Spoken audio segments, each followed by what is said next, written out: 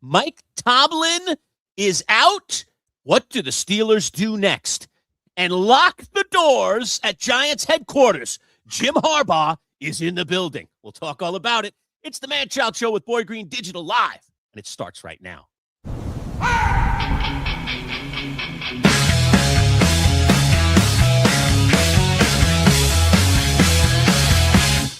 Let's go! It's time for the talk to you. 'Cause when comes for, it's always coming through. If Boy Green is always on the scene, it was gonna always bring to life streaming. So get ready, ready. Get ready, 'cause here they come. All right, welcome aboard, everybody. Happy Wednesday. It's our live show, much anticipated with all the action going on in the NFL. We're talking about action off the field and on it. I mean, we're in the middle of the playoffs. And in the meantime, we've got a coaching carousel like none other. 9 available openings.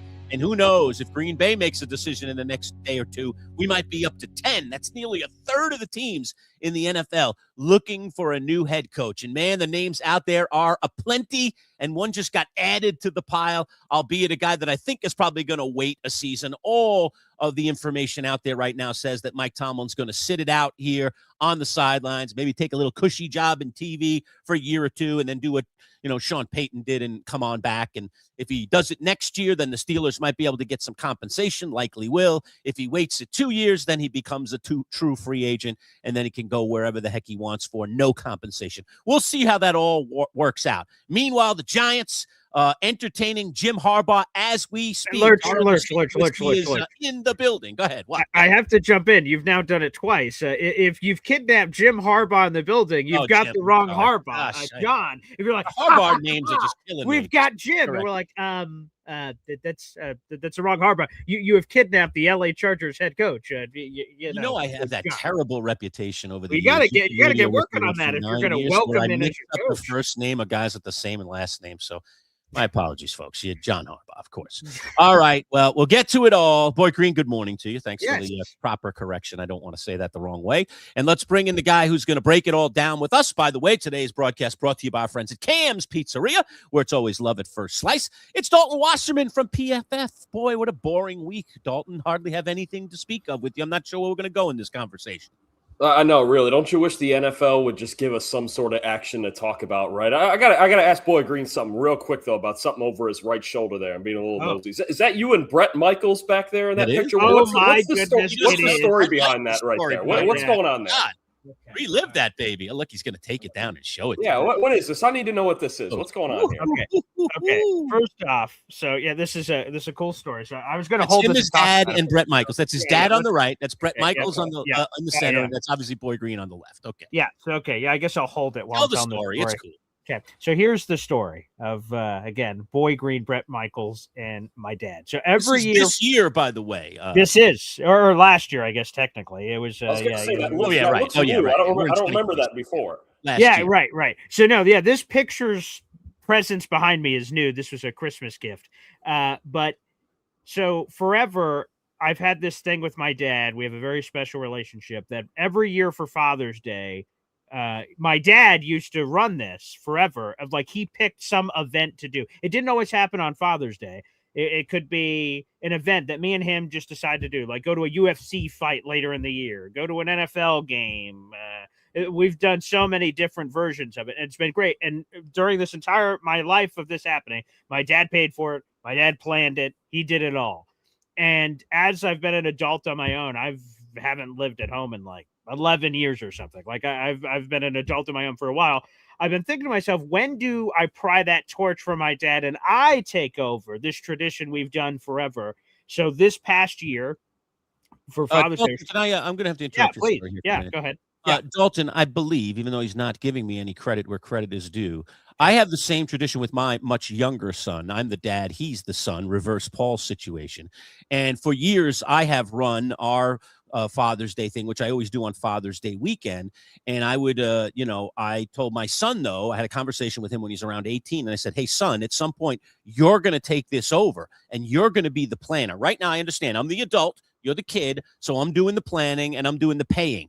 eventually you're doing the paying and the planning because it's Father's Day, after all. It's supposed to be the son taking care of the father. So he knows this. We've had this conversation on the radio, and I was giving him guff on the air about, yeah, this is nice, this whole dad thing. Who's paying this thing? He's like, oh, my dad pays for everything, my flight and everything, because they're flying all over the place, going to these big, expensive games. Hey, let's go see the Cowboys in Dallas. I'm like, who's paying for this stuff? He's like, my dad is. So I was like, it's supposed to be Father's Day. What, you get a free ride on Father's Day? Look, pal, start owning up to your son responsibilities. Like I had this conversation with my son. You got to take this thing over. Is that not true, Boy Green? Did I influence you or not? That influence, I will say that there was an influence there. I have always thought about it, but like, how do I pull it off? It's so I pushed you off the ledge. Did I push you off the ledge? There could have been some momentum in that direction. Continue your story. I don't want to take credit for your wonderful experience. Go ahead. No, thank you. That's all right. So long story short, I wanted to do something for him, but I'm like, man, what do I do? First off, like it's easy for him because he just says, hey, we're going here. I'm like, okay, to get my dad, that guy on your screen there, to try to get him to do anything. It's a rah, rah. And to try to get him to some location, if I was ever going to do something, like how would I explain it? Because I wanted it to be a surprise. Because like I think it's a big deal that finally I'm the one paying and doing all this stuff. So I said, you know, we have a shared love for Bret Michaels, that guy in the middle there, the lead singer of Poison, although he also has the Bret Michaels band and does his own thing. I said, you know, that would be cool to go see Bret Michaels. Booyah! I take him to a concert, and I thought a concert would be a thing that could be hidden. If you go to a city, like they won't know that the reason that we're at the city is a concert. I said, ooh, that could be like a hidden thing. If it's like a football game, he could just look up a football game. We're in Baltimore for a football game. That's obvious. So I tried to hide it. And long story short, so I pick Bret Michaels concert. I'm like, let me look at his tour. We're somewhere somewhat neutral we could both get to. It's in Pennsylvania that we ended up going to the horse racing track out there at the casino. And so anywho, so I ultimately convinced him. I get my mom's help to say, go on. He wants to do something nice. You guys just go on the trip. And he has no idea what it's for. So I get him randomly to Pennsylvania. My dad lives in New Hampshire. So it's this long drive and flying all over the place because he also works from Atlanta. And I get him to Pittsburgh. It's not really Pittsburgh. It's somewhere around there. But anyway, I get him to like the Pittsburgh area. And he has no idea why we're here. So we're in a hotel room. And it's the night before. It's like we got there on a Friday and the concert was on a Saturday. So on Friday night, he's sitting at a table and I pull out the phone. I'm like, I'm going to record this because like this would be cool to have this moment forever of me and my dad. And I'm like, Pop, tell him why he's here. Yeah. Here's why you're here. And he normally figures stuff out too, which makes it even more annoying. I'm like, geez, like he like cracks it on a Christmas present, right? We're just after Christmas. He gets a gift and he feels it a little and shakes it. Yeah, this is a kerfluffle 7000. I'm like, damn it. He always figures it out. So I said, I hope he doesn't get this. And he opens up the bag and there's like a Poison t-shirt in there and all kinds of other stuff. He's like, holy crap. It's Bret Michaels. I'm like, Dad, we're going to go see Bret Michaels, right? And that's all great. I record this video that's like 2 minutes long or something, and I post it on social media like, cool, I got to surprise my dad, and I tell this whole story about Father's Day. He used to run it. I'm running it this year. I'm paying for the whole thing. Here you go. Shit me not. The casino that this event is at, that I tagged them in, hits me up the next day on Saturday and says, hey, we want to do something special for you and your dad. So they saw the video, Dalton, and they were so moved by it, they decided to talk to Michael, and the casino got behind this venture. This is pretty cool. Right. So you didn't buy a meet and greet ticket or anything like that. Oh, well, so here's another layer to that story, right? So I get him to this hotel, right? And I said, we're going to this thing, and the surprise that we're going to this concert. And then throughout the night, I'm looking at the prices of these things for a meet and greet. I'm like, dear God, out of my range. it's going to take my left kidney to get me and my dad. Cause like, maybe it's be very expensive, but maybe I could afford one of us, but is he going to get that impact if he just goes by himself to see him? I'm sure he'll think that's cool, but it'd be cooler if we could do it together. And it would have been like $1,000 or $1,200 or something for us to have done it the normal way. And I tell my dad, I'm like, I'm just going to lay this on the table. I don't know if me laying it on the table is going to make you push me over the top to buy it. But I said, Pop, I looked at meet and greet tickets and he's like, well, how much are they? I give him the price. He's like, oh, we can't do that. That's too expensive. But we kept going back and forth. Like, Dad, maybe I should do it. We should do it. I should do it. And then he says, why don't we do this? because it's so expensive. Let's sleep on it. And the next morning, if we're both gung-ho, let's do it. And I said I would pay for it. The next morning, I go to pay for it. They're sold out. There's none left. And I'm devastated. Like, I shouldn't have been a wimp. I should have just paid for it. And I'm like, oh, this sucks. And the casino reached out and said they want to do something special for me and my dad, but I have no idea what it is. And I said, Pop, what if it's a meet and greet? And he went, there's no chance they're going to do that. He's like, maybe they're going to give you like a t-shirt or something. Like, cool. Way to bring your dad to this thing. And then it's like 4 or 5 o'clock. So it's getting really close to concert time. And I haven't heard from them yet. And I'm like, what is this going to be? Like a gift shop thing or something? And we're at a restaurant right before we go to the concert. And my dad goes to the bathroom. And then I get a ba-ding on Instagram, and I go to the DM. It says, do you want to meet Bret Michaels tonight? And I scream in this restaurant, no fucking way. And everyone starts looking at me. I'm like, oh my God, this is unbelievable. And I like rein it in because my dad's not there. So he didn't see all that. So I go, whew. My dad comes back and I tell him, take a few deep breaths. And then I tell my dad that we're going to meet him. He's like, no, you're full of shit. You're just making it up. I'm like, look. And then my dad never believes anything. It's a scam. You kids get scammed these days with all these things. Like, Dad, it's not a scam. It's 100% real. So we go to the concert and then it still doesn't feel real because no one gives us a bracelet or anything. So we're going through the whole concert and I'm like, oh boy, this is not good. You know, is this all for naught? Long story short, the people from the concert says, yeah, you're the guy for the video. Come with us. They brought us to the front of the line for all these people that paid to meet Bret Michaels. And we skipped the line and went first because me and my dad, as we are talking throughout the concert, like, man, do you think we get like a photo op? Do we get to talk to him for a second? Is it sort of, hey, everyone else is paying and you get the back of the line, you just sort of get a second to talk to him? And my dad was like underplaying it, like, maybe we'll see him for a second. And then we were at the front of the line and Bret Michaels talked to us and we have this picture and forever. And there's all this other stories to it too. So like, you see how I have the horn. I don't know if that's showing up here. Oh yeah. See, I have the horns up here. Okay. Got to. So when at first we're all together, Bret and his people are like, hey, and like they're trying to move people through. Like, hey, Paul, go take a picture of Bret. And I'm like, oh, cool. I take a picture and I'm like, in my head, I'm like, ugh, I wanted to take a picture with all of us together. So I take a picture and they move me on. All right, move over, buddy. You took your picture, although Bret was very nice. My dad goes to take the picture. And in the back of my head, I'm like, I don't know how I work. I don't know how I break the awkwardness of trying to get in there to get a picture of all of us together. And Bret goes, hey, look at these guys. They're wearing the same shirt. We got to all get a picture together, right? And I'm like, no fucking way.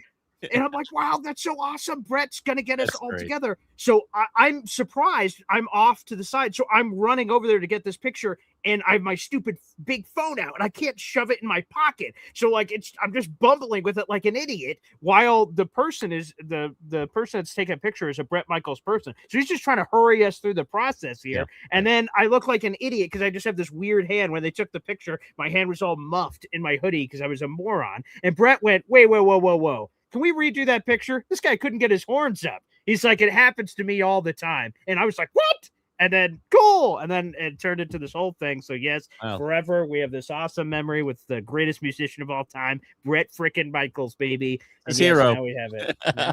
Great story, right, Dalton? Pretty cool. That's fantastic. Great awareness by Michaels there, making sure that you got not just any picture, but that you got a really memorable and cool picture, you know?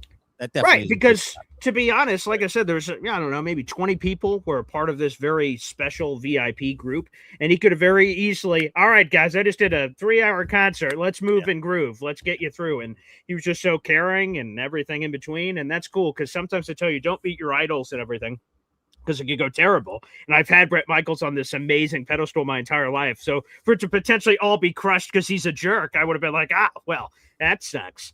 So, yeah, now I have that memory forever. I don't know how I'm now ever going to top it. Now that I took that Father's Day thing, I assume I got to take that mantle every year now. And now how the hell do I just top that? That's going to be difficult. Yes. But thanks for asking about that, Dalton. That's going to be a tough one to top, man. That's fantastic right there. What a story. Yeah, wow. That's not what I thought. When you said over shoulder, I thought you were going to bring a sports item up or something. I'm like, oh, what the hell do I have behind me? I was like, oh, I'm old school with the music, man. Even now, I just threw on my first shirt I saw, one of my Aerosmith shirts. Like, I'm old school like that. I'm all the 80s and all that. I'm all in on it, man. I have my Iron Maiden tickets ready for later in the year, the whole bit. Yeah, I'm ready to go. Okay. You talk about tough to top. Let's take it right to sports. Mike Tomlin is out.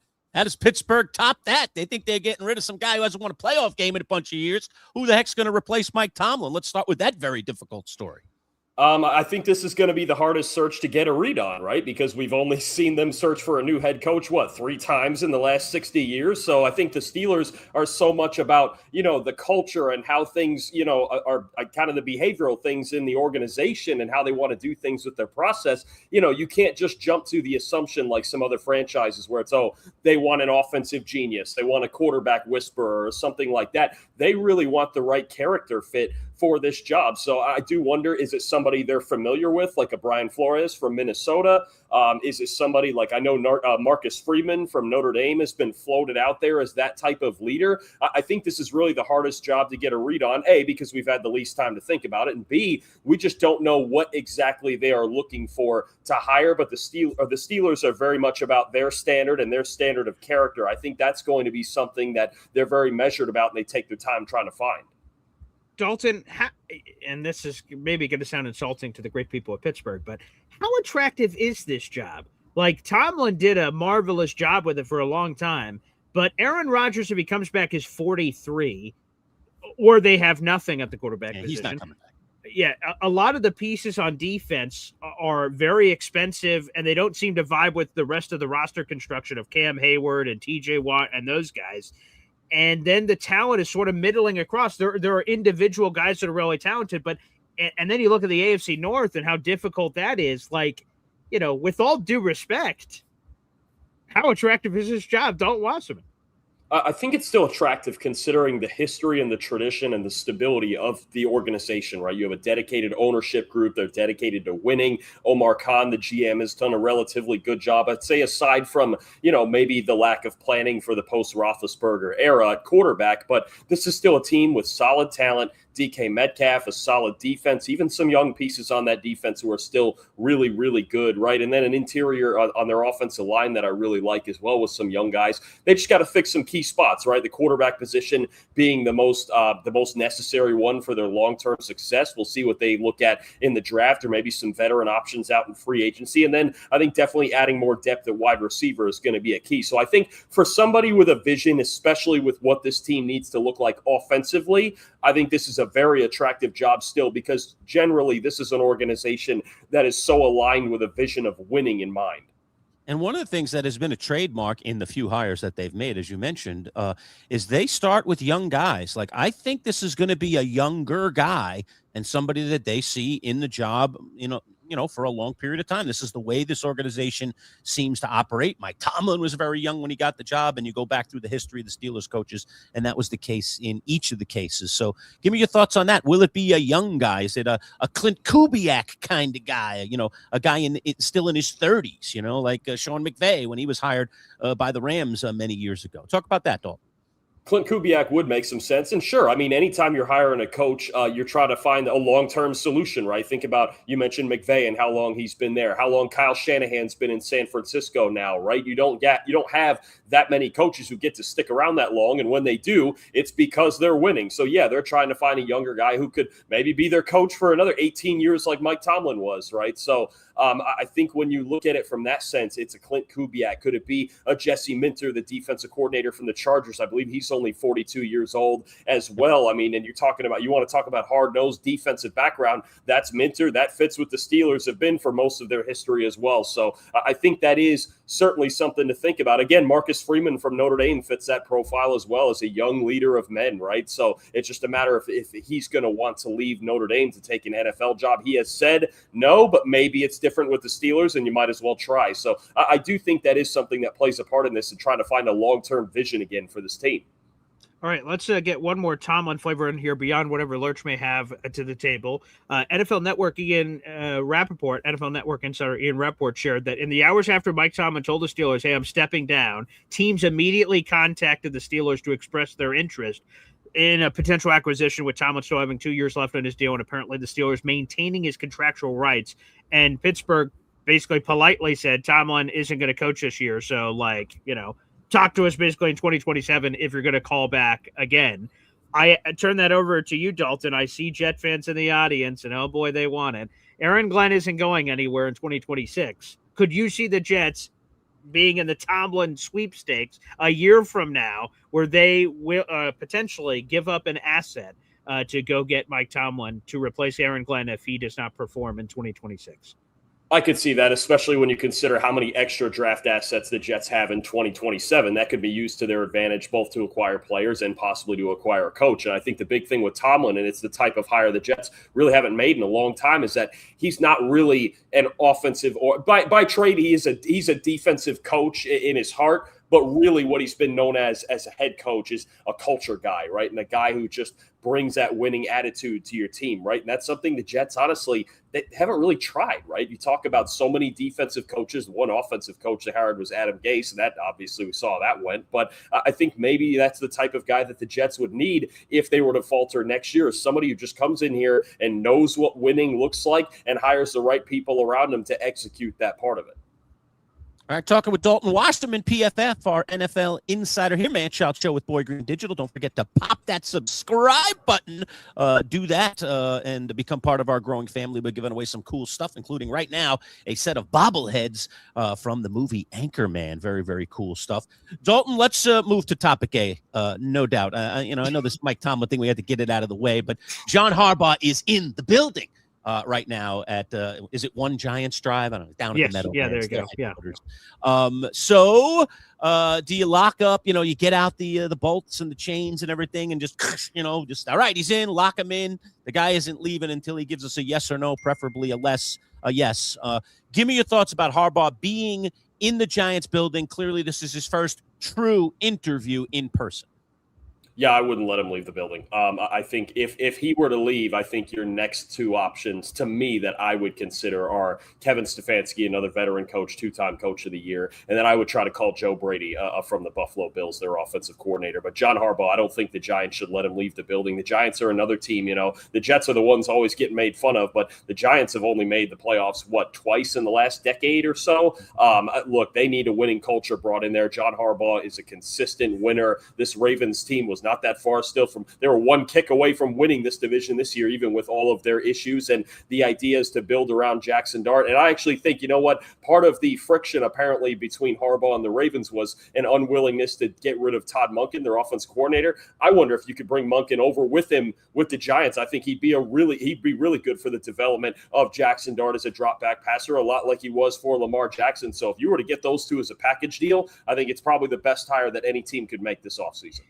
And just to follow up here for people that don't know, we're like, don't leave the building. Hey, is that even allowed? What about the Rooney Rule and all that? As the NFL Network insider Ian Rappaport shared this morning, the Giants are the only team that can hire a coach right now because they've already checked off every box that is included interviewing at least two external minority and or female candidates has already happened here for the Giants. So if they reach that conclusion, oh my goodness, Harbaugh's the guy, we don't want him to leave.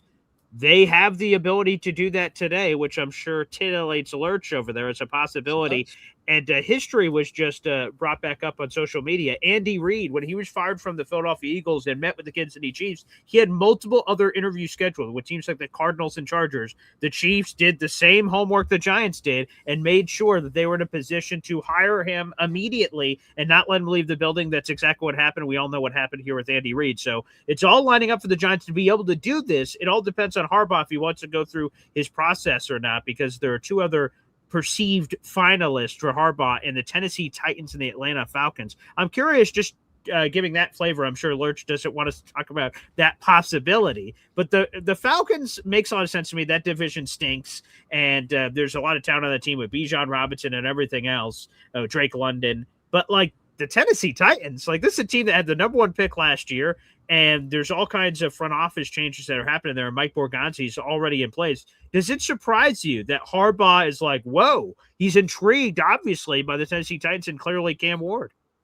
No, because here's what I'll say. That's kind of a clean slate when you're looking at that team, right? If you believe in Cam Ward, I think this situation is a little bit like New England's last year, where if you believe in this quarterback, you have enough resources to go and really overhaul that roster. I believe they have a top 3 amount of cap space in the league heading into the offseason. They have a top 5 draft pick that they can take to, take a new number 1 receiver, to take a prime defensive player, to trade down and get a boatload of assets if they want. There is a lot of flexibility when it comes to improving that roster. And that team, their offensive line started to look a little better late in the season. Their front 7 actually is pretty good. I don't mind their front 7. They need one more edge rusher. I think Tennessee is the most prime Ruben Bain team in the entire draft, to be honest with you. If they add him, I think the front 7 could be really good. And again, they have a ton of cap space to add veterans at certain spots of their team that they could get better. Their roster and resource situation, I'm not saying at all it's going to be the turnaround that New England had, because Mike Vrabel's worked miracles over there this season. But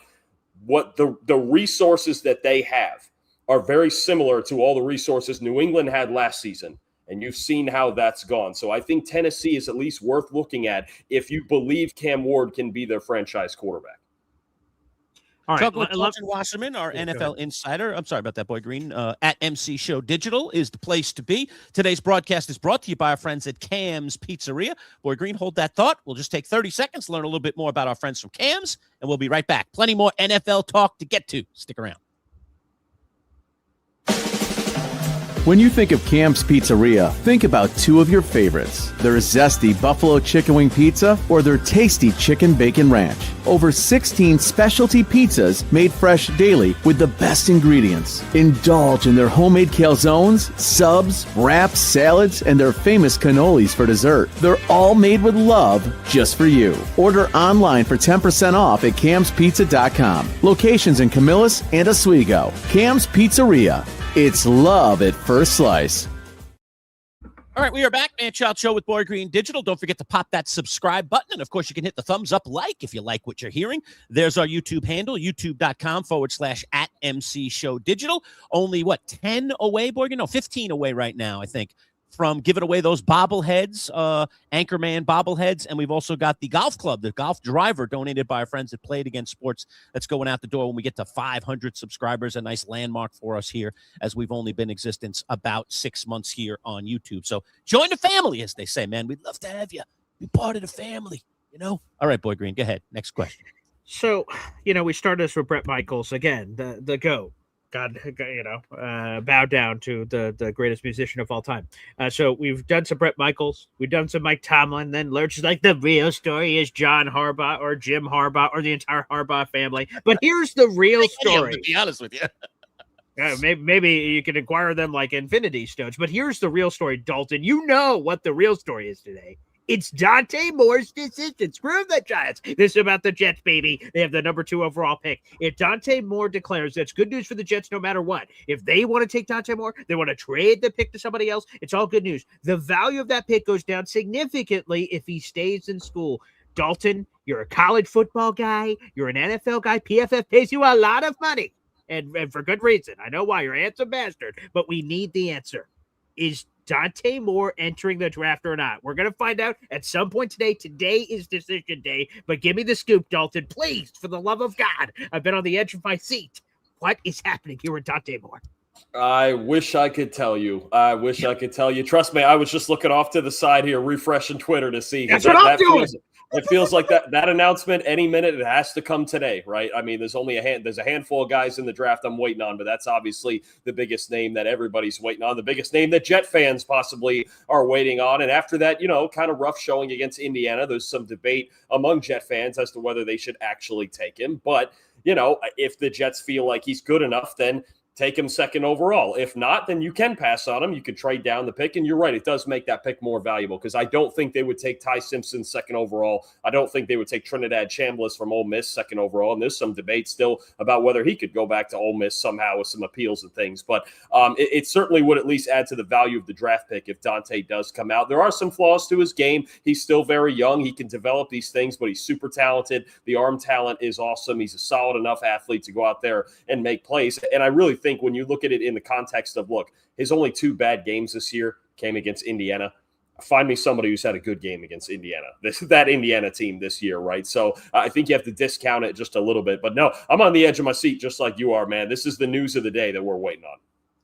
And to just take the Jets thing a step further, because these conversations continue to bubble. We talked last night with a host from WFAN, Danielle McCartan, about the Jets and the Jets situation and this whole bubbling of Mike Tomlin and so on and so forth.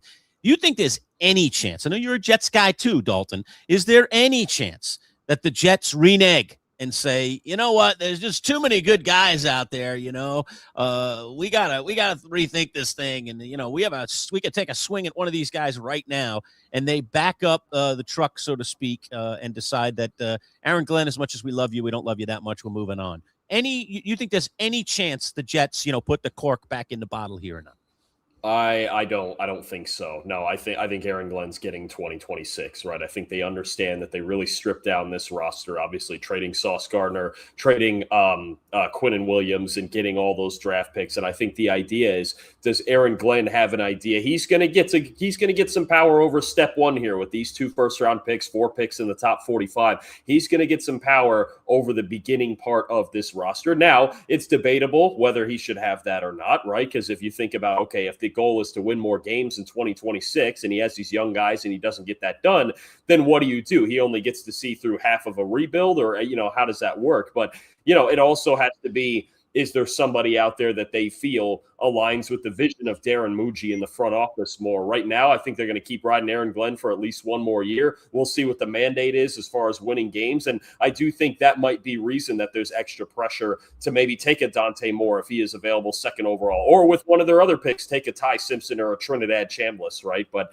I don't think right now that they're going to turn the back on him. It's too late. And with all of these openings and seemingly more attractive openings, I don't know who they're going to find at the moment. And Dalton, I know we're running out of time with you, so this will be somewhat rapid fire here for looking at, there's playoffs this weekend, for God's sake, with the divisional round.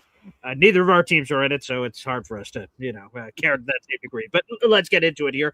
The 2 number 1 seeds on the respective sides of the conference enjoyed a bye, and now they're entering the football playoff octagon for the first time. We have Seattle on the NFC side, Denver, of course, on the AFC side. Who do you think of those 2 number 1 seeds has the best chance of making the Super Bowl between them, based on the path that we now see in front of them?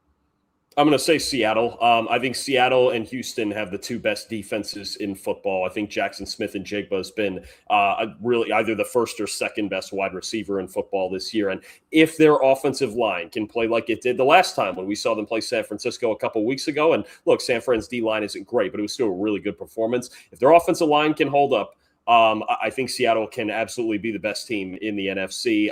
It would not shock me at all if they have to go through the Rams a third time to get there, but I think Seattle would be the more likely of the 2 to win the Super Bowl. And Dalton, so does that mean you trust Sam Darnold, the former Jet? I trust him enough if they can protect him. Yeah. Okay. If they can protect him, you trust him. Yeah, here's my last one of the NFL. Who's on upset alert this weekend in the divisional round? Again, we've got our final 8 here. Bills, Broncos, 49ers, Seahawks, Texans, Patriots, Rams, Bears. Who's on upset alert? Boy. See, the weird part is 2 of those road teams are the ones favored, right? Yes, the Rams and the Bills. I'll say this, actually, if we're going betting lines and upset alerts, I'm going to say the Rams. They're going on the road. It's going to be freezing cold up there in Chicago. Matthew Stafford doesn't have a great history in the cold like that. And I'm at about an 8 out of 10 level worry about this Rams secondary. They have not looked good for a month and a half. They did not look good last week against Carolina. And we just saw what Caleb Williams can do in the second half of that Packer game last week and what he's done so often in the fourth quarter of these games. The Rams are going to have to find a way to slow the game down, or the secondary is going to have to play better. At this defense, I'm a little more worried about it than I was the first half of the year. I think if we're calling the Rams road favorites, and I think it's about by 3 or 4 points somewhere in there, I'm going to say they're the ones on upset alert. Does the ease of schedule finally end this weekend for the Patriots? Man, they've had an easy path here. That's a tough game. I'll tell you, that's a tough game to call. I'm going to say New England wins because I am worried about this seemingly high percentage chance that Houston won't have Nico Collins. That's a big difference maker to me. If they don't have Collins, and Stroud struggles the way that he did last week, it's going to be hard for them to score points as well. I know the defense is outstanding, but we're going to find out how good Drake May is this week. And at home with a healthier team right now, if Collins is out especially, I know that's a very tough task, and their offensive line is going to be put to the test. But I think Drake May has shown that he's enough of a playmaker. He can scramble. He can make throws outside the pocket. I think he can make enough plays to get it done, and New England will be in the AFC title game. All right, Dalton, last thing here. Prayer circle. Say more today. God, say more, please. Let's see. I'm gonna do one last check before we get out of here. Let's see. Any Dante Moore breaking news? Let's see. Part of our issue is he's out on the West Coast. He's probably still in bed right now. Figure it out, pal. Wake up. Oh, that's true too. It's all of 8:30 out there. He's probably not doing it this early in the morning. Okay. Man, Dalton. Nothing. I've got nothing. Sorry. I've got nothing. The only thing I can tell you is I don't know if you'd seen the headlines that Dylan Raiola transferred to Oregon. Yes. That apparently has no bearing on Moore's decision. That Raiola would be willing to sit as Moore's backup for a year if he stays, to then develop and start for the Ducks in 2027. So my immediate reaction was, are they prepping for him to leave? And it has no bearing on Dante's decision. If Dante leaves, Dylan will be the starter. And if he stays, Dylan is willing to be the backup. So that has no bearing on the decision at all. Wow. The drama.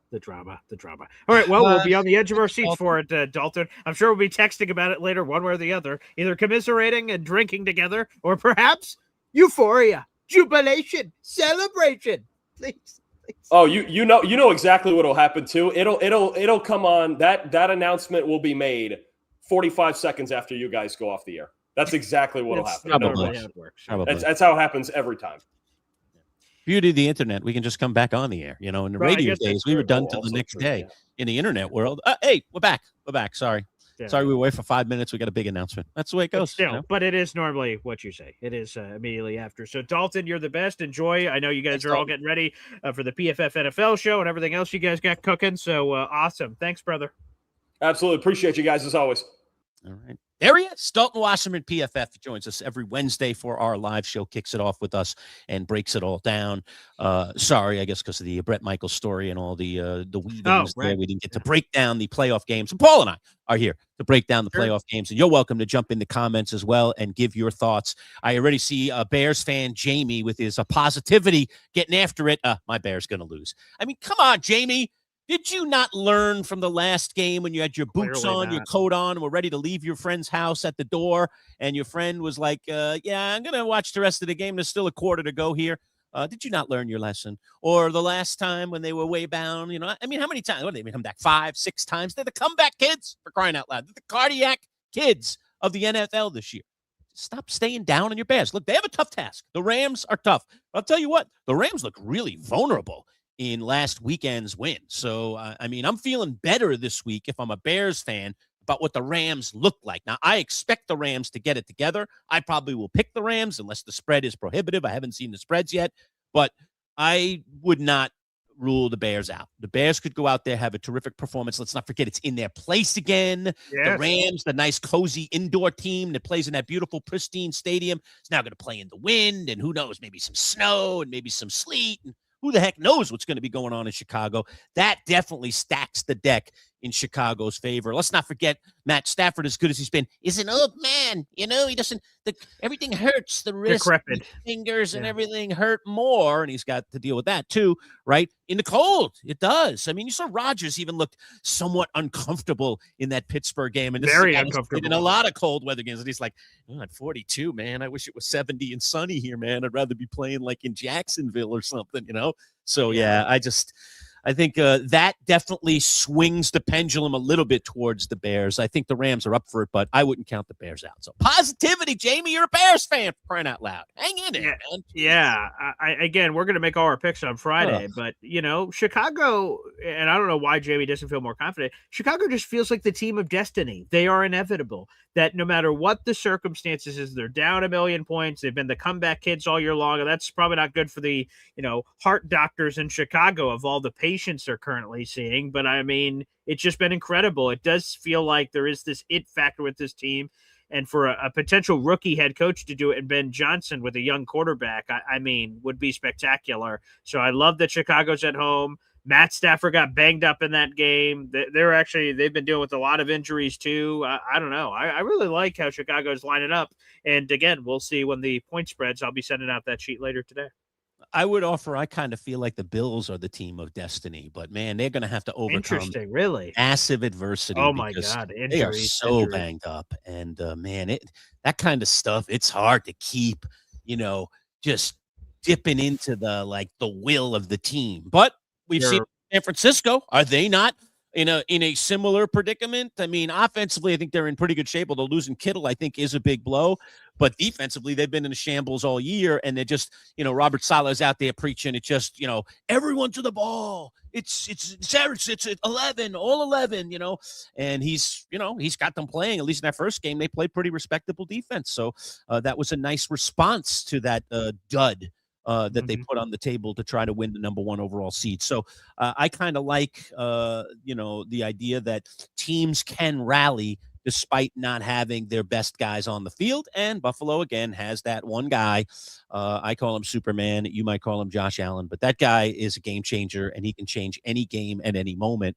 And if you're in a game and he's got the ball in his hands, I feel pretty good. I feel pretty good about my team's chances to win. So I don't know. I just feel like it's more of a Bills destiny year just because of how the chips have fallen, and without the Ravens, without the Chiefs, without all these adversaries now kind of lining up in their way. Yeah, there's a new bunch of contenders and they look formidable, but they don't have the experience that the Bills, I think, bring to the table, in particular the quarterback. That's why I feel that way.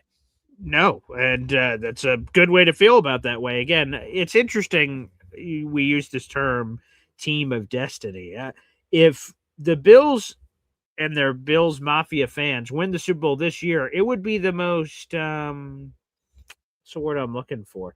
Surprising, I guess, but that's not the word I'm looking for. Just like a level of unbelievable that this isn't by any stretch of the imagination the best Bills team we've seen over the last 7 years. There's been much better Bills teams. Yes. And the fact that they've been scraping by with this hodgepodge of receivers. They just put Joshua Palmer on IR. Gabe Davis is on IR. They have more guys on IR than they have healthy receivers on the team. I mean, it's just unbelievable. So they're going to have to, by hook or by crook, figure out who the hell is trotting out there to do it. So yeah, maybe this will be the year for Buffalo.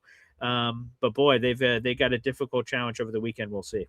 And Patriots, I was just looking. Did they split with the Patriots this year? Yeah, they did. Okay, they did, because the first one was, of course, in Buffalo. And, Bills had won 5 straight division titles. They were the big bosses. New England hadn't beaten anybody. New England came in there and then beat Buffalo, went on this historic winning streak. And then Buffalo got them back when that game returned to New England, where the Patriots had a chance to sweep. Right. They had the chance to sweep, and they didn't give them the chance to sweep. So one of the reasons I think I really like the Bills is if they can get over the mountain that is beating the number 1 seed, in a Mile High City this week. That will be no easy task. That is a very difficult defense that is going to make things difficult on that receiving core and Josh Allen to score mega points, and that makes I think they get in a shootout. They're in a better situation than if they get in one of these grinders in a lot of ways, because that's probably the way that, that the Broncos wanted to play out. They don't want to go toe-to-toe with Josh Allen. They'd rather go toe-to-toe with that Bills defense, which, there are inherent weaknesses. But if they get by them, and I think they can, then they're likely going to get the Patriots. We'll see. I mean, maybe Houston will beat them. I mean, Houston certainly can take a swing. But let's just assume the seed over there, the higher seed, wins. I love the Bills to go to the Super Bowl, because I just think the familiarity would give the Bills a big advantage, despite the fact that it's got to be played in Foxborough. And as we just said, they won there this year already. They can do it again. No problem with that. Of course. Yeah, if I'm Buffalo and that situation you present, they upend Denver. They go to New England if that was the opponent they played. If I'm Buffalo, I'm going in there with a lot of swagger and confidence of like, hey, we beat this team. We are back in the Super Bowl for the first time since the 90s. Like, that'd be very compelling. Very disgusting for me that an AFC East team would be guaranteed to make the Super Bowl, but that would be an awful AFC Championship game, but good for the fans, I guess. Yeah. Good for the fans. Good for the fans. All right, so let's go through them real quick, Boy Green. The games themselves, all right? Start on Saturday. The early game will be the Bills at the Broncos. How do you see this? As you predicted. How do you see it playing out? What's your prediction? Let's lay it out there.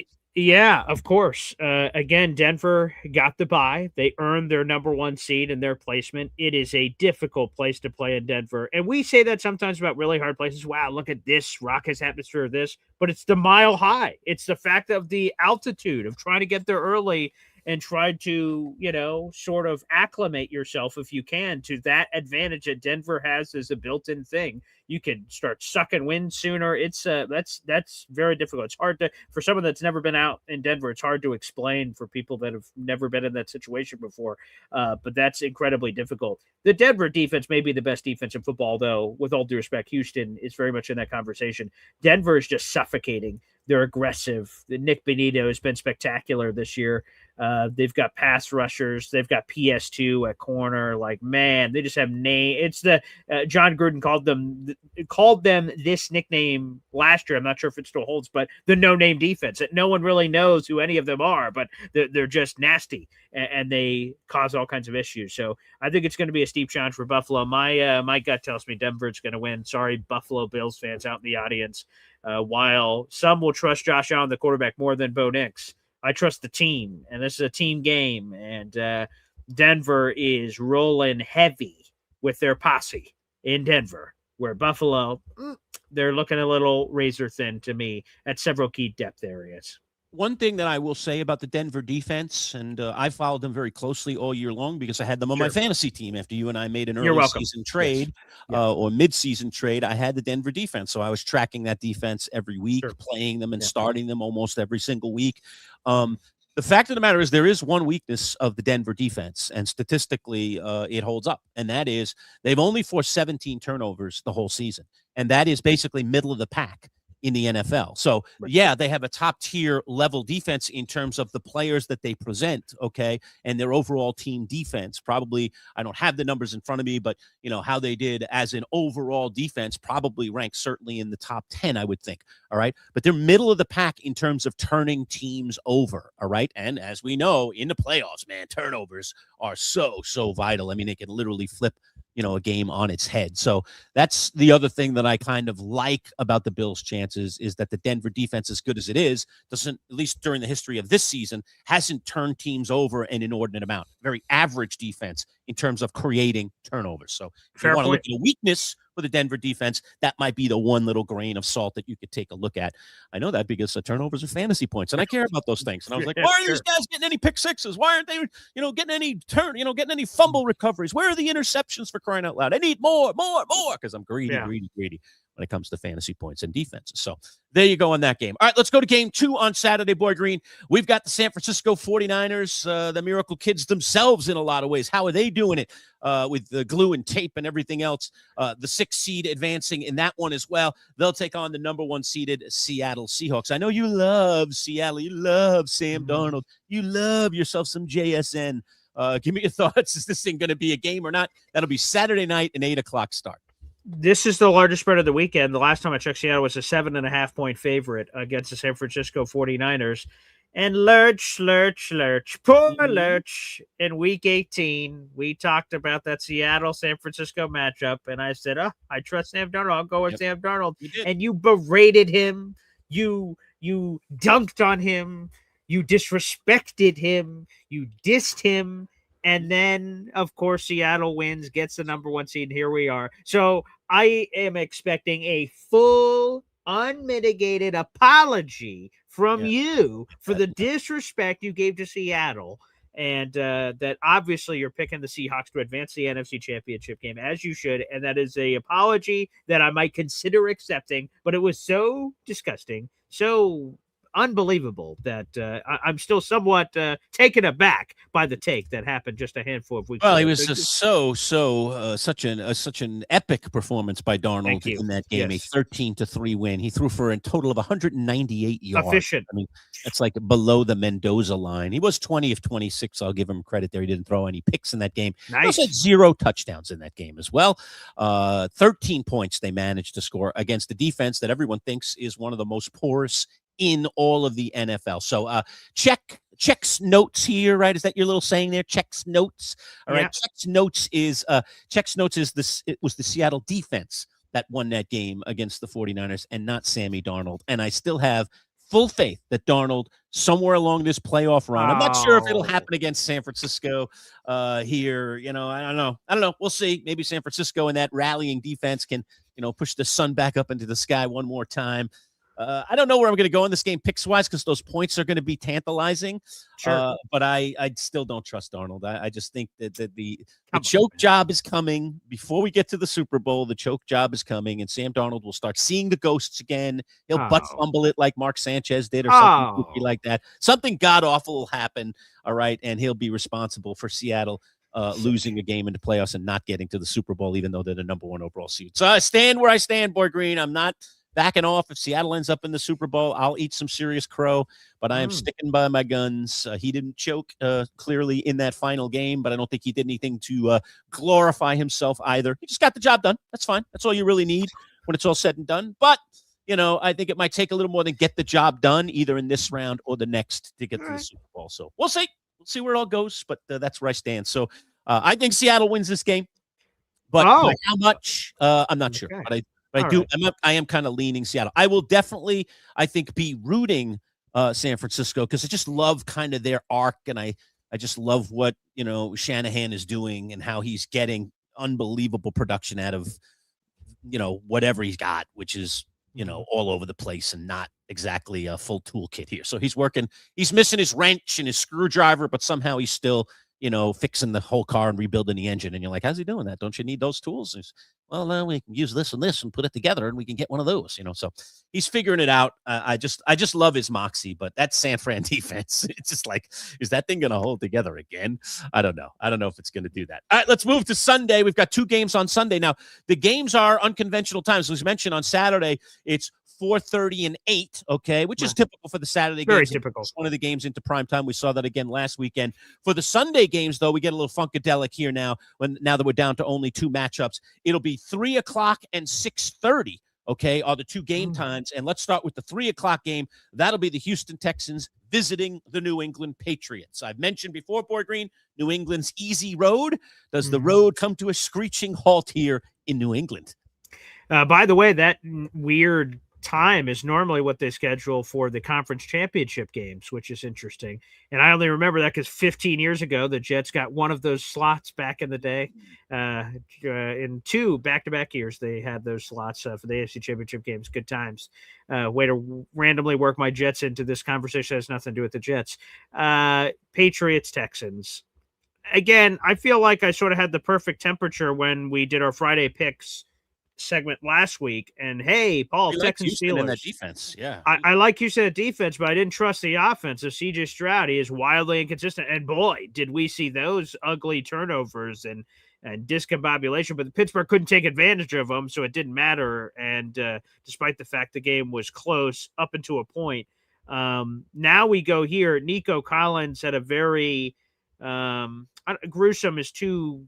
It's too eccentric of a word to use, but he just had a very awkward looking concussion in that Steelers game, which was scary. He had to be carted off the field.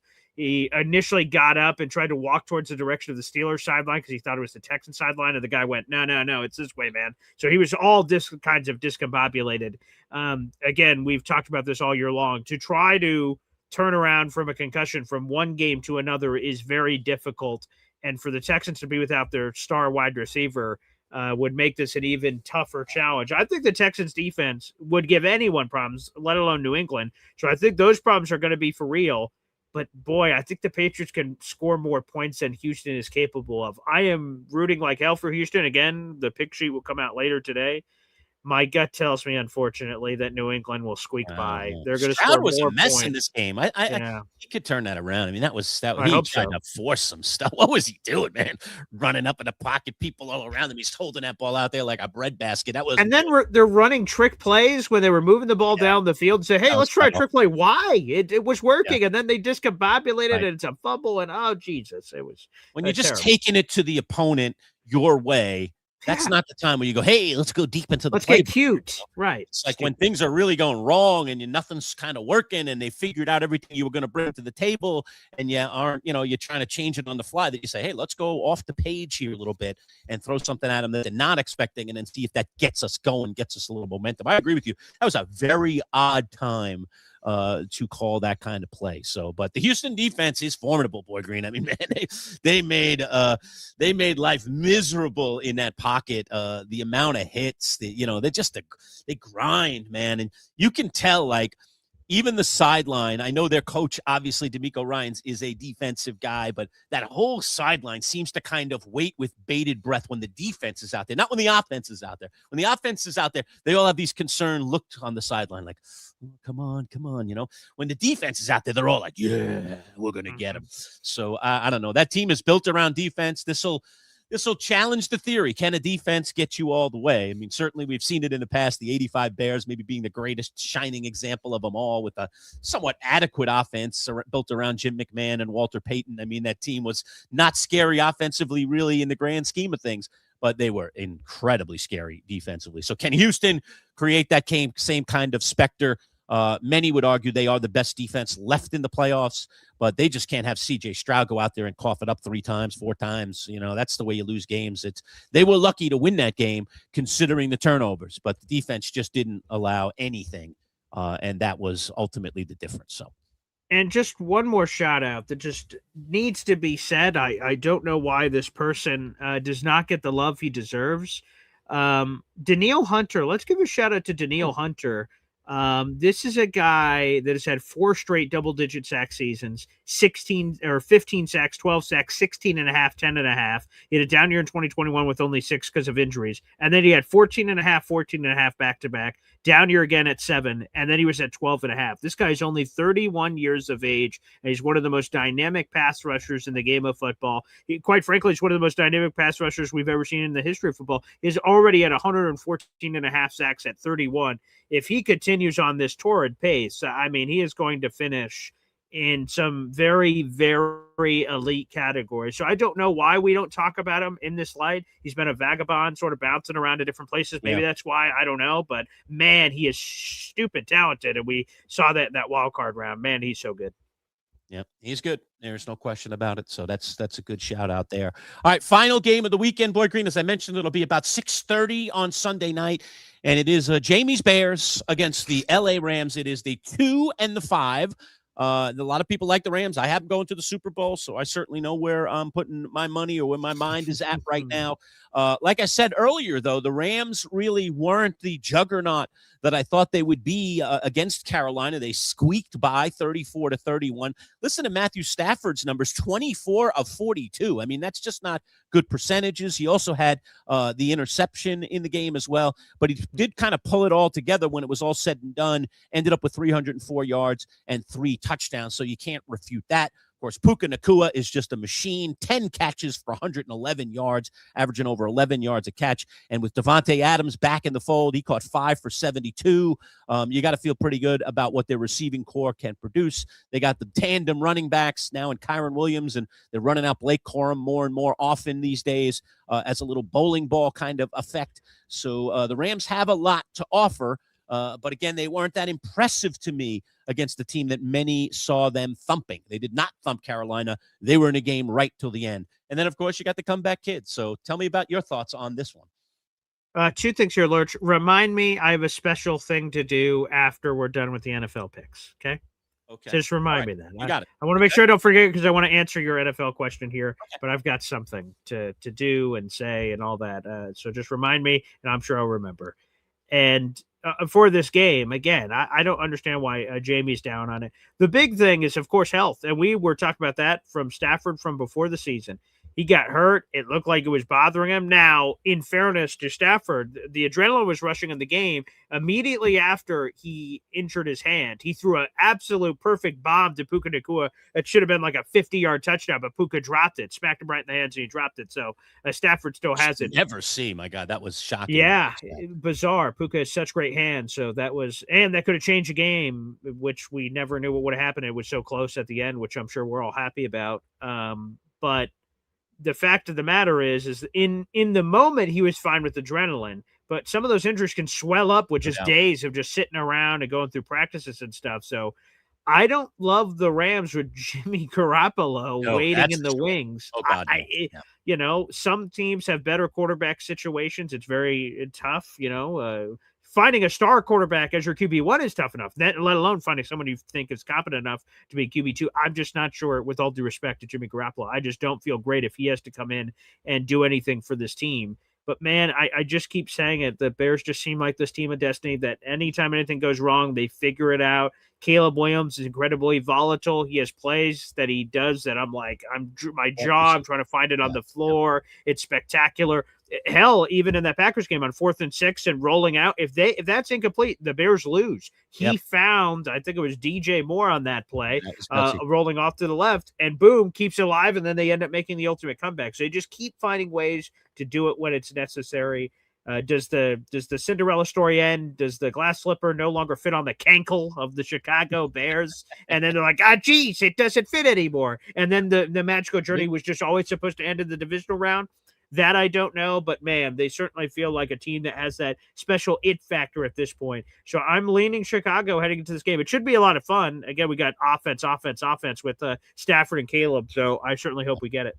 Well, to me, I feel like they're a little ahead of schedule. So, if the Bears don't, go all the way here or get to the championship game, to me, it shouldn't be massive disappointment. This is the way the NFL typically works, is you move up the ladder in stages. You don't usually jump from nothing to huge. You usually jump from nothing to something, and then from something potentially to something huge. So I just don't know if the Bears are ready.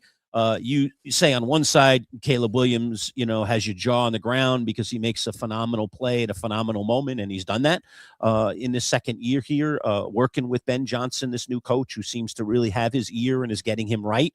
But then I see Caleb with the 20-yard, over the guy's head, and guy's wide open, and he misses him badly. He's looking at one side of the field and there's two guys open on the other side of the field. I mean, there's just things that just keep cropping up. You're like, oh boy, lucky he got away with that. But like in the playoffs, you get away with less and less and less because the quality of the opponent is better. The scouting is that much more on point.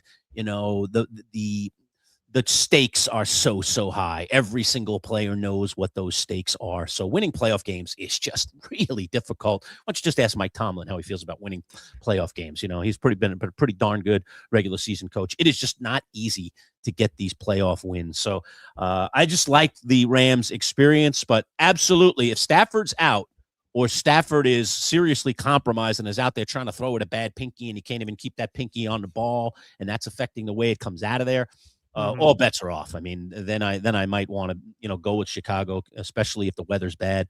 But, on what we know at this point, Stafford has already announced he's playing.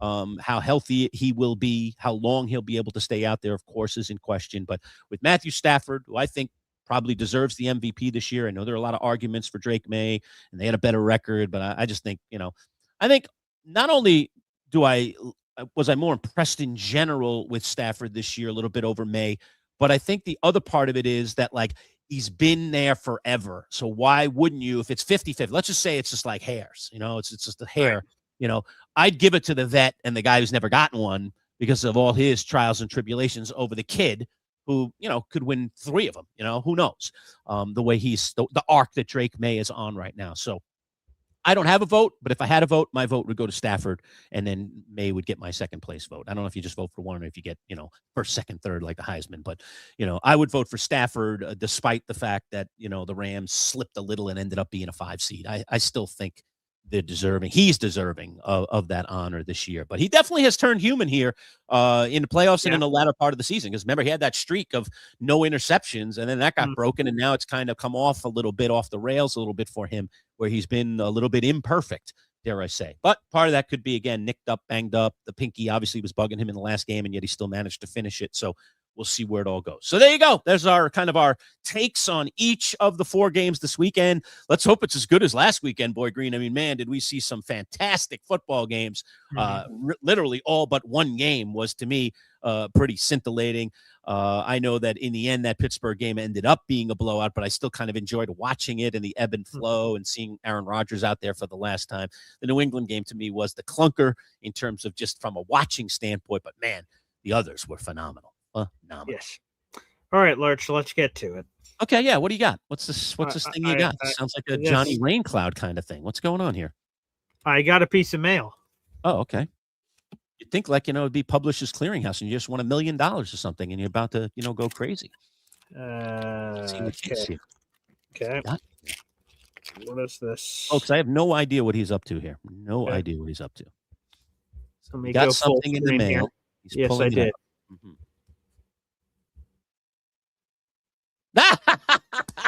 Yeah, baby. There she is. Oh, baby. It's like like you put it on and we should have like a angels in the background and so on and so forth. Sure. So the plates, folks, that is the plate.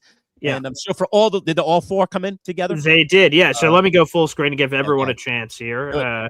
In all our different leagues. So let me get these all in order here. So Jim the Manchild Lurch, Stairway to Evans is our Manchild Show Champs League. This is for our fantasy football leagues through this digital show. So shout out. We'll start off with Jim the Manchild Lurch.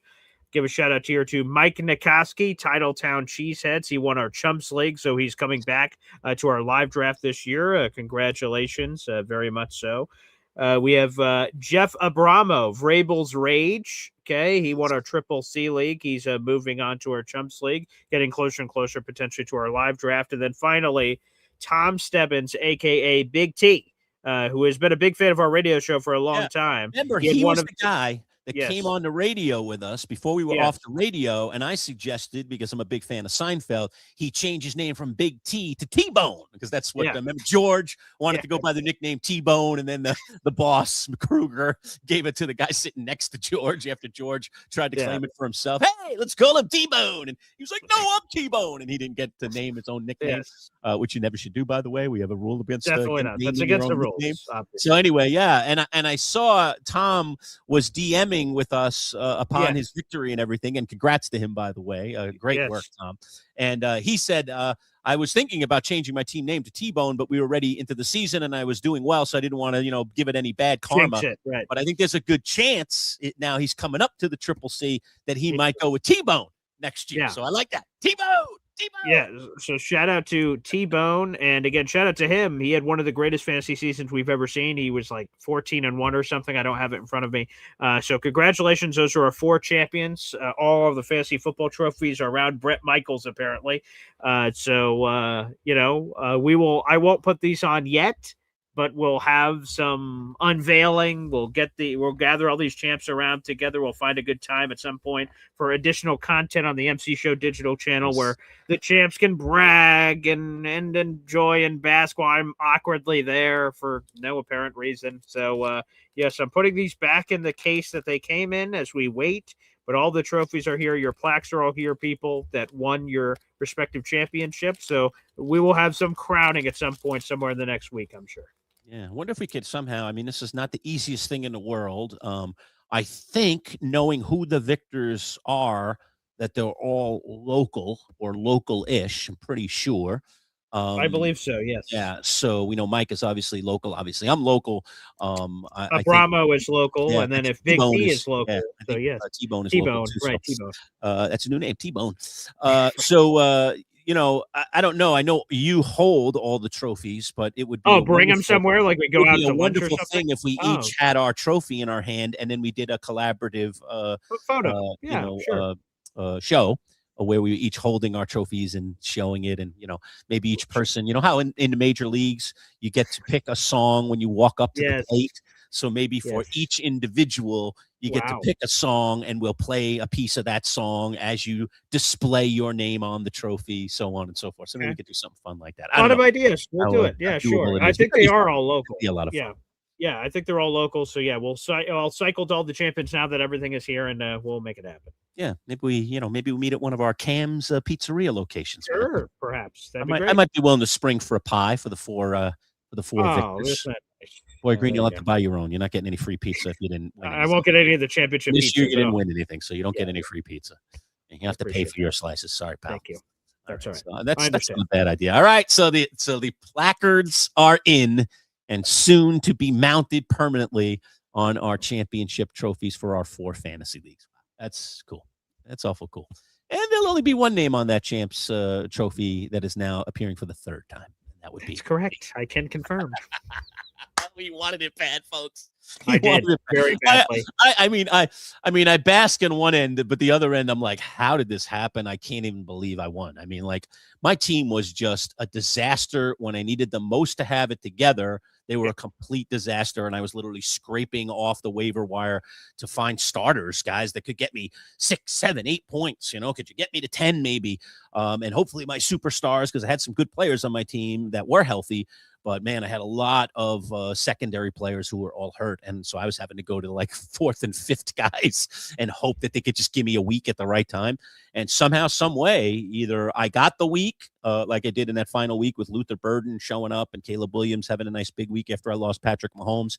And then my opponent just having a kind of a mediocre week at the right time. So you need a little of that luck for sure to win fantasy leagues. And for me, that it just kind of worked out. It was very unlike either of the other 2 years that I won, where I felt like I went into the playoffs with a good, solid team and really, really rolling. This year, I was like, oh, boy, I am limping in. Oh, thank God I have a bye and I don't have to play anybody this week. I probably would have got knocked off, And then the second week, I'm like, ooh, tough matchup. Ooh, I hope this works out. And then my opponent has kind of a mediocre week. I'm like, all right, I survived that. Didn't do great, but I survived. And next thing you know, I'm in the championship against you. And I told you, you were looking like the team of destiny. I was like, oh, man, he's going to win again. His team is it's coming together at the right moment. I had the better team all year. But right now, he has the better team. I'm probably going down. And then, get some good performances out of a few guys that you don't expect, and the whole thing flips on its head. Well, forever, I'm going to hate Luther Bird and his entire family. Yeah. So thank you, Luther. Definitely on my draft list for this coming year. Oh, that's good to know. He's definitely a late round guy that I'd say, come on aboard, Luther. I'll take you, man. I'll take you. He's definitely off my list. There's no chance I'm taking Luther Burden. So you want him on your list. Maybe that's the whole point, is that you want to reverse the karma and bring Luther to whatever Boy Green's team name is going to be next year. I've got work to do. And again, we're going to the lab. We're going to get better. I hear people championing me. Oh, cool, Paul, you've been in the championship game 5 of 9 years. How impressive. I'm here. We play to win the game. I want winners. I didn't come here for second place. Second place is the first loser. So I came to win. I want to be on that championship trophy 10 times. So let's ask you the difficult question, right? So that is the facts, that in the 9 years we've had the league, you've been in the title game 5 times. And I say that is incredibly impressive. You've won twice. So now you're 2-3 in the championship game. Not as impressive of you, have only been there 3 times in 9 years. Still impressive, but compared to your 5, really not all that impressive. Yet I've won all 3. So who would you rather be, me or you? Take the names off them. Which one do you want to be? Obviously you. You don't. Okay. Again, it's cool that other people, and again, it is unbelievable that we've had 12 teams that are all vying for this thing, super highly competitive, and have been able to get to the doorstep 5 times. Again, more than half of the times of the league. If every other year I'm in it in the running to win the championship. That's super cool to say out loud. But again, I'm here for wins. I'm not, again, it is on any of these trophies second place. Did I miss that when I was looking at them? That, we all know that fun fact, but like it's not on the trophy. In 100 years, we're all dead. And someone would say, what the hell is this trophy here? They're going to be like, oh yeah, 2018, Paul was in second place. No one's going to remember that. You have to win. Winners win. Winners write the songs of history. So no, I'd much rather be you. All right. Okay. Well, you're not, unfortunately. So I get to be me and you get to be you. Right now, I get to hold it over you at least for another season, that there's only one 3-time winner, and he's sitting right here. There's only one undefeated guy, and every time he shows up when it matters, he makes he gets the win, gets it done. So with that being said, there's only one last thing to say, and I can't wait till John Harbaugh is introduced as the next head coach of the Tennessee Titans. So, you little dog, you. Let's whip through the comments before we get out of here. Sure. That'll be our final thing. I always love to give people at least an opportunity, if you said something meaningful or something we want to repeat, that we can throw it up there. So let's. I'll just start at the top, Boy Green, and we can just work our way together. We can kind of tandem it. I'll start with Jamie. The FedEx guy jumps right in there early today and says, "Manchild, you ain't getting Harbaugh or Stefanski. Who's your third base?" Ooh, that hurts. Ouch. Third choice. Yeah, right. Who would third base be? Third base would be Mike Tomlin. There you go. I'll take Mike Tomlin as third base. So he's not coming.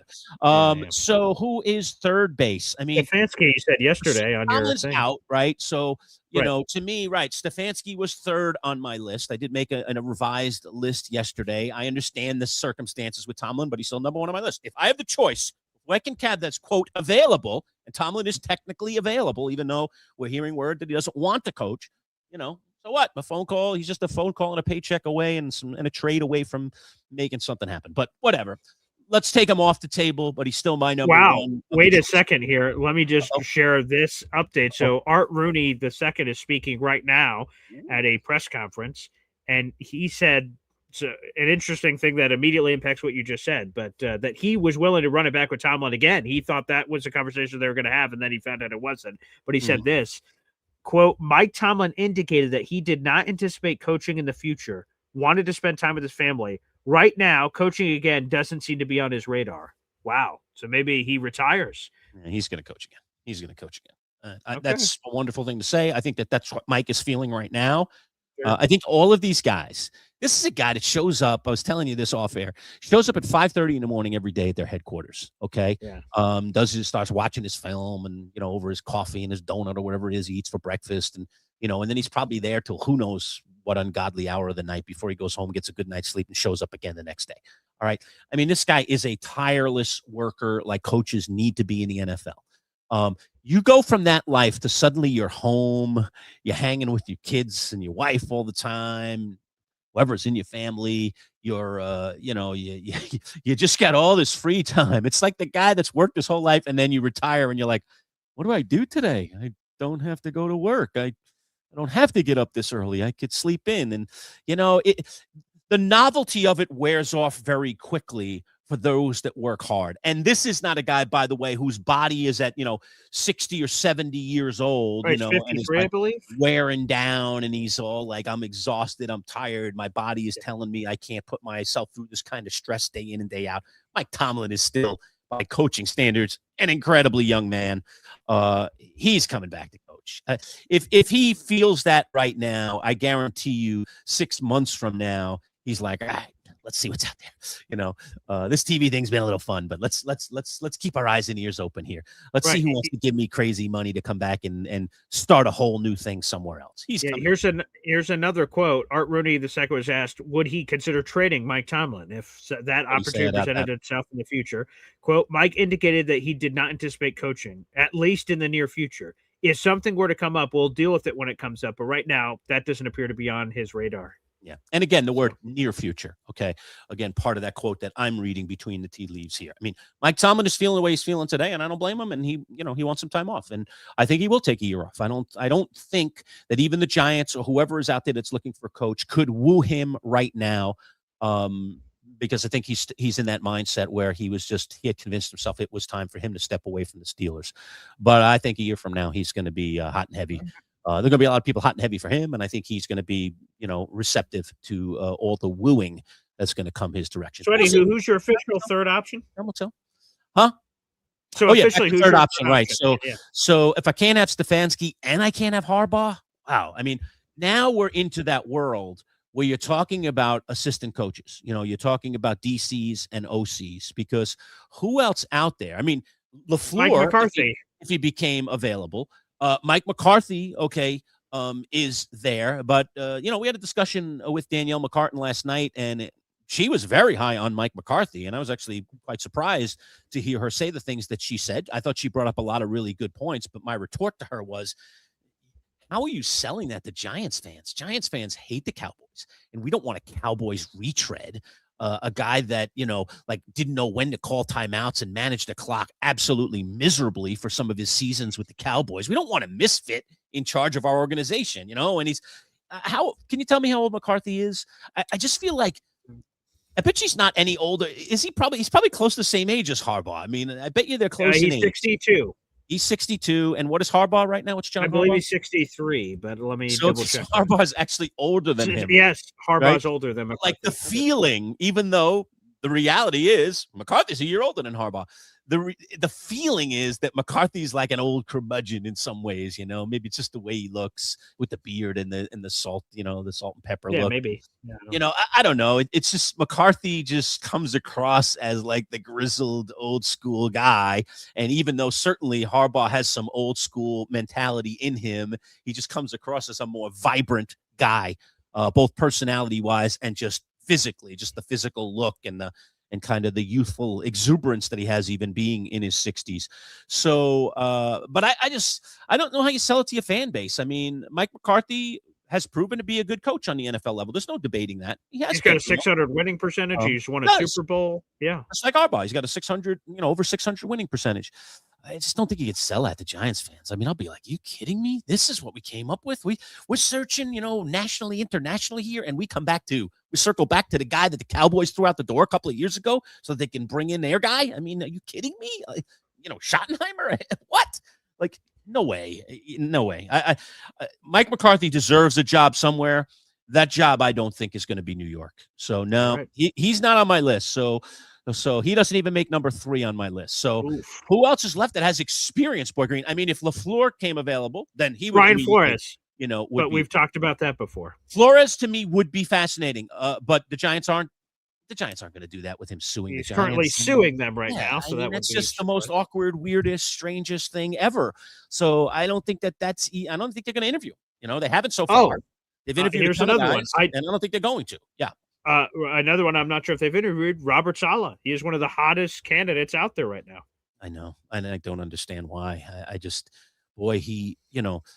The work that he's done as a DC is admirable, both prior to getting the Jets job and now post-Jets job, especially considering the conundrum that the 49ers defense is in, that he's gotten them to rally and play reasonable defense at important points of games. But there was a lot of noise after he left the Jets about leadership qualities and how he ran that thing and the lack of accountability. And I don't know. There's a stench there that I don't care that it's the Jets and some people want to just write it off to, it's the Jets. It's not just the Jets. I mean, he got a chance to run a team and he kind of ran it into the ground a little bit. He had a fantastic defense at one point. And it didn't, really live up ultimately to what many people thought it could have. So I don't know, and they gave him the keys to the city. They let him go get, Aaron. They let him go, bring in Aaron's pal, Devontae. They let him do a lot of things, to shape that roster and to try and put it in order and to put as many good people on that roster, some vets. And it obviously didn't turn into anything. So, and speaking of Aaron, real quick, Art Rooney again is speaking. So when these interesting quotes come out, they said, "Wow, Art, what's Aaron Rodgers' future?" He indicated that maybe he would consider, continuing his football career. And Art went, "Well, Aaron came here for Mike Tomlin. Tomlin's not here, so." I think that's going to, long story short, he thinks that's going to strongly affect his decision because Aaron is a free agent. So Aaron and the Pittsburgh run appears over. If Aaron is to continue his journey, which could come with the Vikings or another team, it will be elsewhere, it sounds like, from this reporting. But just want to get that in real quick. I think Rodgers' best path, if he's going to come back and play next year, would be not to sign with anybody and to wait for somebody to lose a guy middle of the season. And then he becomes a half-season kind of guy. He keeps himself in shape, with the awareness that, if the right situation comes up and he gets on a playoff-bound type team and takes them across the finish line. Look at, again, perfect example this year would have been if he were available in that scenario in Indianapolis, okay, and what happened there. All right. Now he jumps in there. He's got a really competent offensive line in front of him. He's got all kinds of weapons, including a great running back in Jonathan Taylor. He's got some very viable receivers, and he goes in there and he takes those guys to the playoffs. I mean, they waited too long for Phillip Rivers to begin with. All right. And then number 2, Phillip Rivers, is even older than Rodgers, for crying out loud. So I just think like that kind of situation might be like the last hurrah if there's going to be one for Rodgers. But if I'm reading the tea leaves, I think Rodgers is done. I think he's got enough interests off the field. He's made enough money. I just don't think he needs to do I could see the Vikings thing. Again, that he wanted the Vikings last year. They didn't want him because of JJ. JJ stunk. Yeah. I could see that coming together with Kevin O'Connell. But we'll see what happens. Who knows? He could totally be done. But anywho, just want to do so Saleh, no. Boy, the answer is, I mean, we're back to the young coordinator world. We're back to the Chris Shula, Clint Kubiak. I don't Anthony know enough. Weaver. I wish I knew more about Hafley. I mean, I've done a lot of reading about Hafley, but I just think that would be such a disappointing hire considering everything that's out there. But look, Jamie, why are you even making me think about this, frankly? Yeah, you jerk. The fact of the matter is, John Harbaugh, by the end of today, if not early tomorrow morning, will be announcing he's the next Giants head coach, and we'll get on with it. Okay, and then you can stop with all the insults and he's not going there, and Joe Shane stinks. The Giants got to get the job done today. It's just that simple, and hopefully they will. Okay, Giants Nation will band together.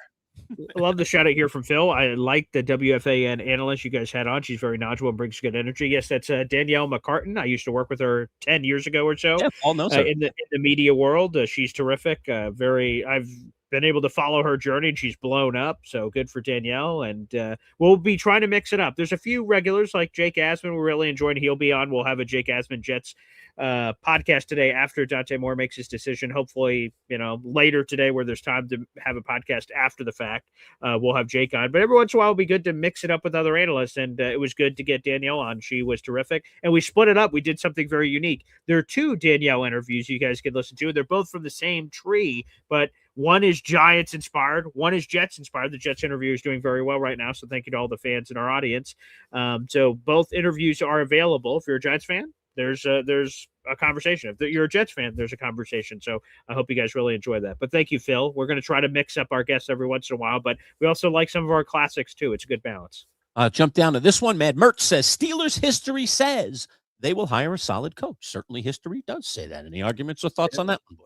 Yeah, that's I would go back when I pushed back to Dalton, or did not push back because I started the conversation. When I told Dalton, how attractive is this Pittsburgh job? Look at this. One of his things is, stability. They've had 3 coaches over the last 75 years. So if you get this job, you're going to be in it for a while. Although I would say there is an inherent pressure, right? The reason why Tomlin is leaving is because he didn't win playoff games. And that's the standard. So someone with all the roster questions I had has to now come in and win playoff games. So that's very difficult. But I think that, again, I don't want this to happen. My buddy Marcus Freeman, I hope he stays at Notre Dame forever. That would be very tantalizing if I'm Marcus and an NFL job opened, and that job there were again reports either yesterday or the day before that he's staying put. Correct, right. And again, that's what I would keep. It feels like it was already, isn't it over already? They gave him an extension, isn't it over already? And they had to reiterate yesterday, he's staying at Notre Dame, so his camp or the Notre Dame camp is continuing to say, stop inquiring. He's staying here. It's over. Yes. So we'll see. But that would be the one that I'd be sort of intrigued by. But no, history says that they're a very stable organization and they make good decisions. So they haven't had to make a hire in 15 years. So that's a little different. My buddy Eric Reinhardt says the following. I think it's the same Eric Reinhardt. I know this guy. I used to work with him. Tomlin should have been fired 5 years ago, immediately following a 4th-and-1 punt past midfield while down 14 to Cleveland in the wild card. Man, talk about going back to a moment in the game. He's learned nothing, and nothing's changed. So there you go. There's a perfect example of a Tomlin detractor. I called my buddy. I have a very close buddy who is from Pittsburgh, lived his whole life in Pittsburgh. Now he actually lives in the central New York area, but he's a true Pittsburgh. Went to elementary school there, high school there, lived it, knows all about the Yinzers, knows all about everything Pittsburgh. And he's my go-to when I want to figure out the pulse of the fans in Pittsburgh, because I think he's a living, breathing example of it. And he also understands that there's different elements of the fan base, which is also intriguing. That he doesn't just look at it only through his prism. He also can talk to me about the other prisms. So before the broadcast this morning, Boy Green, I called him. I knew he was at work, but I was like, I'm going to call him. I want to see if he answers his phone. I want to ask him about the pulse of the fans here going into today's broadcast in case I get asked a question or want to articulate that a little bit. And he said the following to me. This was really kind of some cool stuff that he said. Okay. One of the things he said, I just asked him flat out, did you want him to go? Would you have wanted him back? He says, yes, I personally would have wanted him back. I said, all right. Tell me why. So he gave me his little reasons behind that. And one of the things he said in that, he goes, since he's been the head coach for 19 years, think about this for a minute, Jim. Since he's been the coach for 19 years, other than a game at the end of the season where we're sitting our best players because we had already clinched something or something, every single regular season game has meant something. He says, I know you're a Giants fan. Do you get to week 12 or week 13 and then now realize everything means nothing because you've been going through quite the spell? I was like, yeah, exactly. Yeah. By a certain point, I mean, I'm almost do I even need to watch this weekend? What am I even doing here? Or I'm rooting for the team to lose, which has been a perpetual horrible thing to have to do. He's like, well, we haven't had that in 19 years. Every game means something because we're on a march to something every year, a division crown, a playoff berth, an over 500 record, yada, yada, yada. I was like, oh, yeah, boy, wow, think about that for a minute. That's kind of crazy. So that's the level of greatness that he is. Okay, I know. He's only got one Super Bowl. He's only got 2 appearances. He hasn't done it in quite a while. The arguments are out there. And he said, the Yinzers, as they call them, kind of the hardcore Pittsburghers, he said, they're calling for his head. They want his head. He says, in my opinion, they're spoiled. In my opinion, they just, they set a standard that in reality is probably unattainable in today's NFL. So he had a pretty good perspective on it. He actually was very measured in his response and really gave me a good sense of it. But I thought that statement that he made about, we haven't had a non-meaningful, every single regular season game over the last 19 years has had meaning. I'm like, wow, that's crazy to think about that. Yeah. All the way till the last game of the year, wow. Right. Bro, it's kind of, so. More comments. This one is like inside baseball here, but Mad Mert says, "Hey Hap," referencing Hap in the chat. Kind of quiet in here compared to this morning show. Yeah, the Asmaniacs, which are the group of Jake Asman's followers and the Boy Green Coffee Clubbers, as I suppose they're called in there, started going at each other, calling war in the comment section over this Aaron Glenn thing, and it was intense. People picking sides, it getting fiery, and then Jake heard about it, so he started tuning into the show. And oh my goodness, wow. I just did not think that this would be the most divisive thing that we talked about in the show's history, and yet here we are. So we had Jake on around a week ago, and Jake was, there are times when you feel strongly about something, and then there are times where you are absolutely emphatic. And I've had those moments. I've had moments where I was like, Boy Green, I don't care what you say. I don't care what they say. This is where I stand. This is why I stand there. And I am standing on this mountain, and I will take on everyone that climbs it. I'm at the top, and I'll just keep knocking you down. There's no way you're wrong. I'm right. That's it. And that's pretty much where Jake stands on Aaron Glenn. Jake has taken the ultra strong stance. I even went back and listened to some of his show with Mike Tannenbaum, and they were really going at it. And Tannenbaum was trying to be measured and using his prism to state something that he believed to be realistic about the Glenn era so far. And Jake would have none of it. He just did what he did when he came on with us. He just battered us over the head with really convincing stats, asked us tough questions like, give me one reason. Just give me one reason. Okay. Why? What has he done well? Give me one thing that you can hang your hat on and say, I like Aaron. And you or I would say something. You'd be like, no, that's not true. He didn't do that. He did that. He did that. And they're like, all right, well, how about this? No, he didn't. So it was just like, he's just way over here. All right. And we're either closer to the middle or just towards the other side. I don't even know that we're way at the other end. We have seen the flaws. We have seen the problems. We are alert to it. But I think ultimately, both you and I have assessed a year's not enough. That he hasn't wrecked it in a year to the point where we just feel completely and utterly like he can't do the job. Jake has reached that point. We're approaching that line, but we're not there, and still feel like let's do one more year. Yeah. All the things that are on the table with all the picks that are out there. I think he has a chance to flip the opinion back the other way. And Jake's opinion is, no. You don't give a madman all these draft picks, all this opportunity, because now he can ruin you for another 5 years, right? So you don't make that decision until the end of this coming year. He may have already taken a wrecking ball to those great draft picks that they have this year, and you need to jumpstart it now. We need to change it now. We need to do it now. So Jake is now. He's totally in POM world. Oh, nice. He has very good reasons for it. So I'm not calling out Jake and saying he's a moron for having the opinion that he has. He has a very strong opinion, and I respect him for it. I just don't, at this point, fall in his camp. He may turn out to be right, which could be look a little bad for us, but he also may turn out to be wrong. And I think that, sure, you can always say, well, compare him to everyone else that's like him, and 9 out of 10 times, it's a no-go. The guy should have been fired, and you would have been better off. And those numbers will bear out, and he rolled them out to us. Yeah, but I'm betting on that 10th time. I'm betting on that last time. I'm thinking with what they have and what's going on and how it's been working, that he can be that guy. If Jimmy Johnson never got that chance, he wouldn't have had the legendary run he had in Dallas. If Dan Campbell hadn't been given a chance, he wouldn't have turned around this Lions team the way he did. And the examples are out there. I know some people criticize me because I've gone back to Chuck Noll. I'm just looking for, really supreme examples. I think there are many, many other smaller examples. Sure, but the fact of the matter is, it does happen.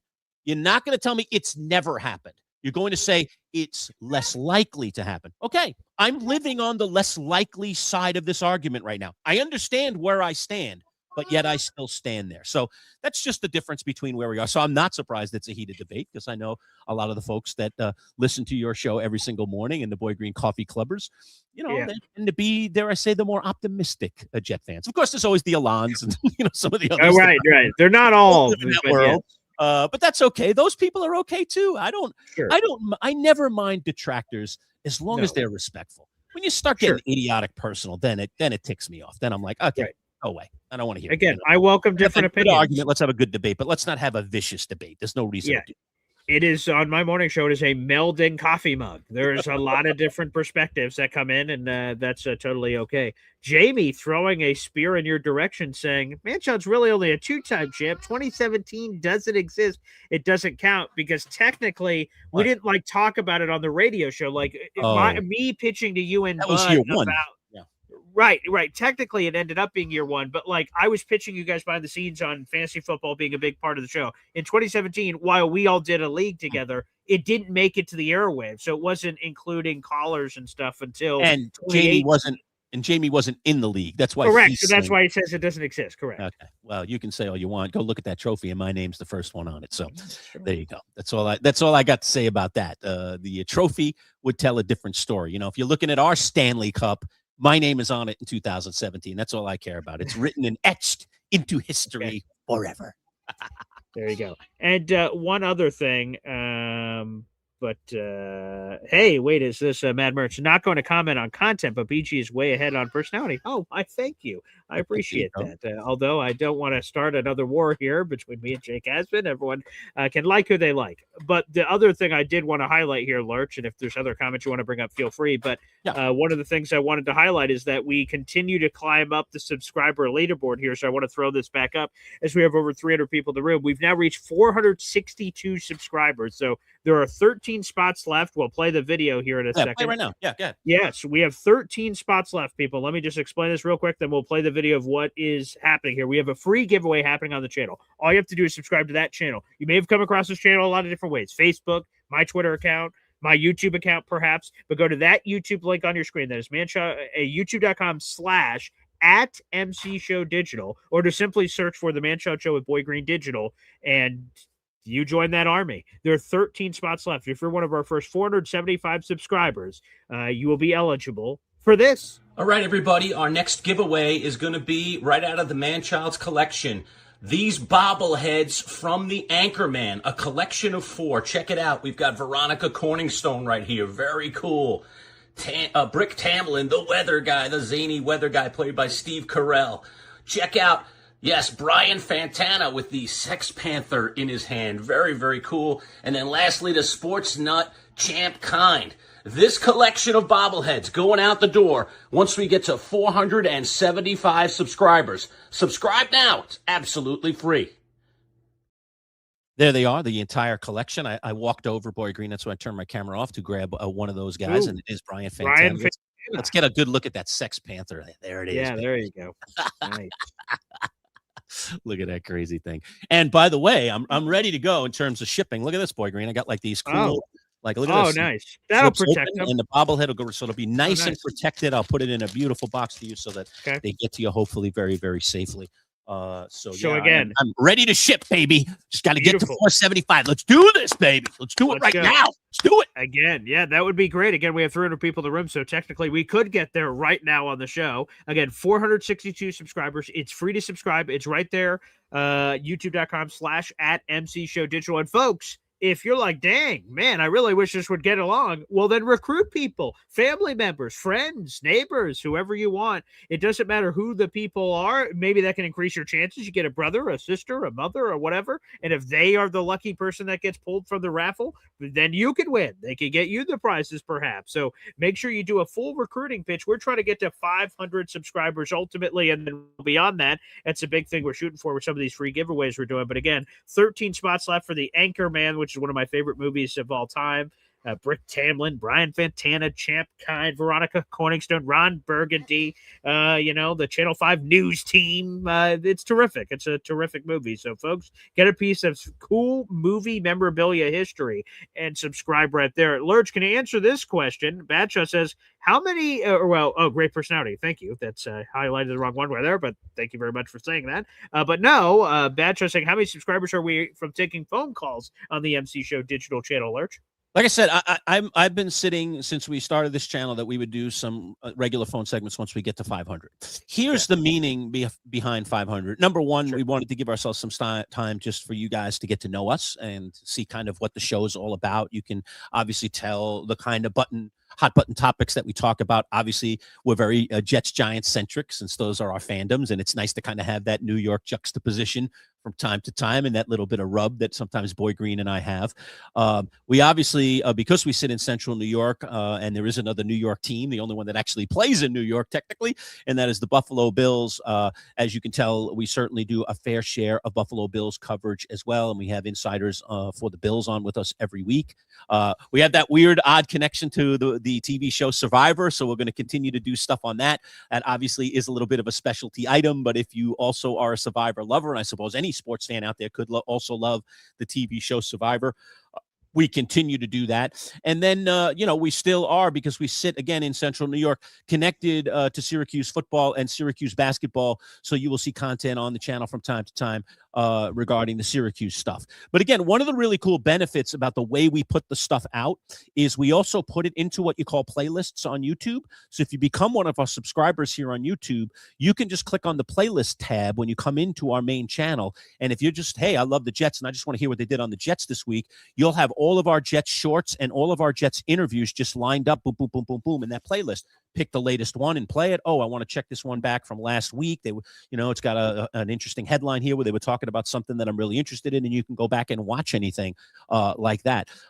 We have one for the Giants. We have one for the Bills. We created one for Survivor as well, and we created one for our SU content. So really kind of like the 5 biggies, if you want to call them, that we cover all have their own individual playlists. So you don't have to just go into the general channel and search for stuff. You can go into the playlist and see what's being dropped in there most recently. So that's kind of where we are right now. I think that the channel will continue to evolve based on who our people are and who our subscribers become and who our loyalists are.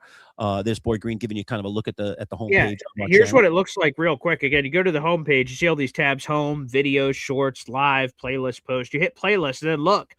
We had our special Hard Knocks, which was a cool local story that we did for my. Yeah, we created a special playlist for that. Yep.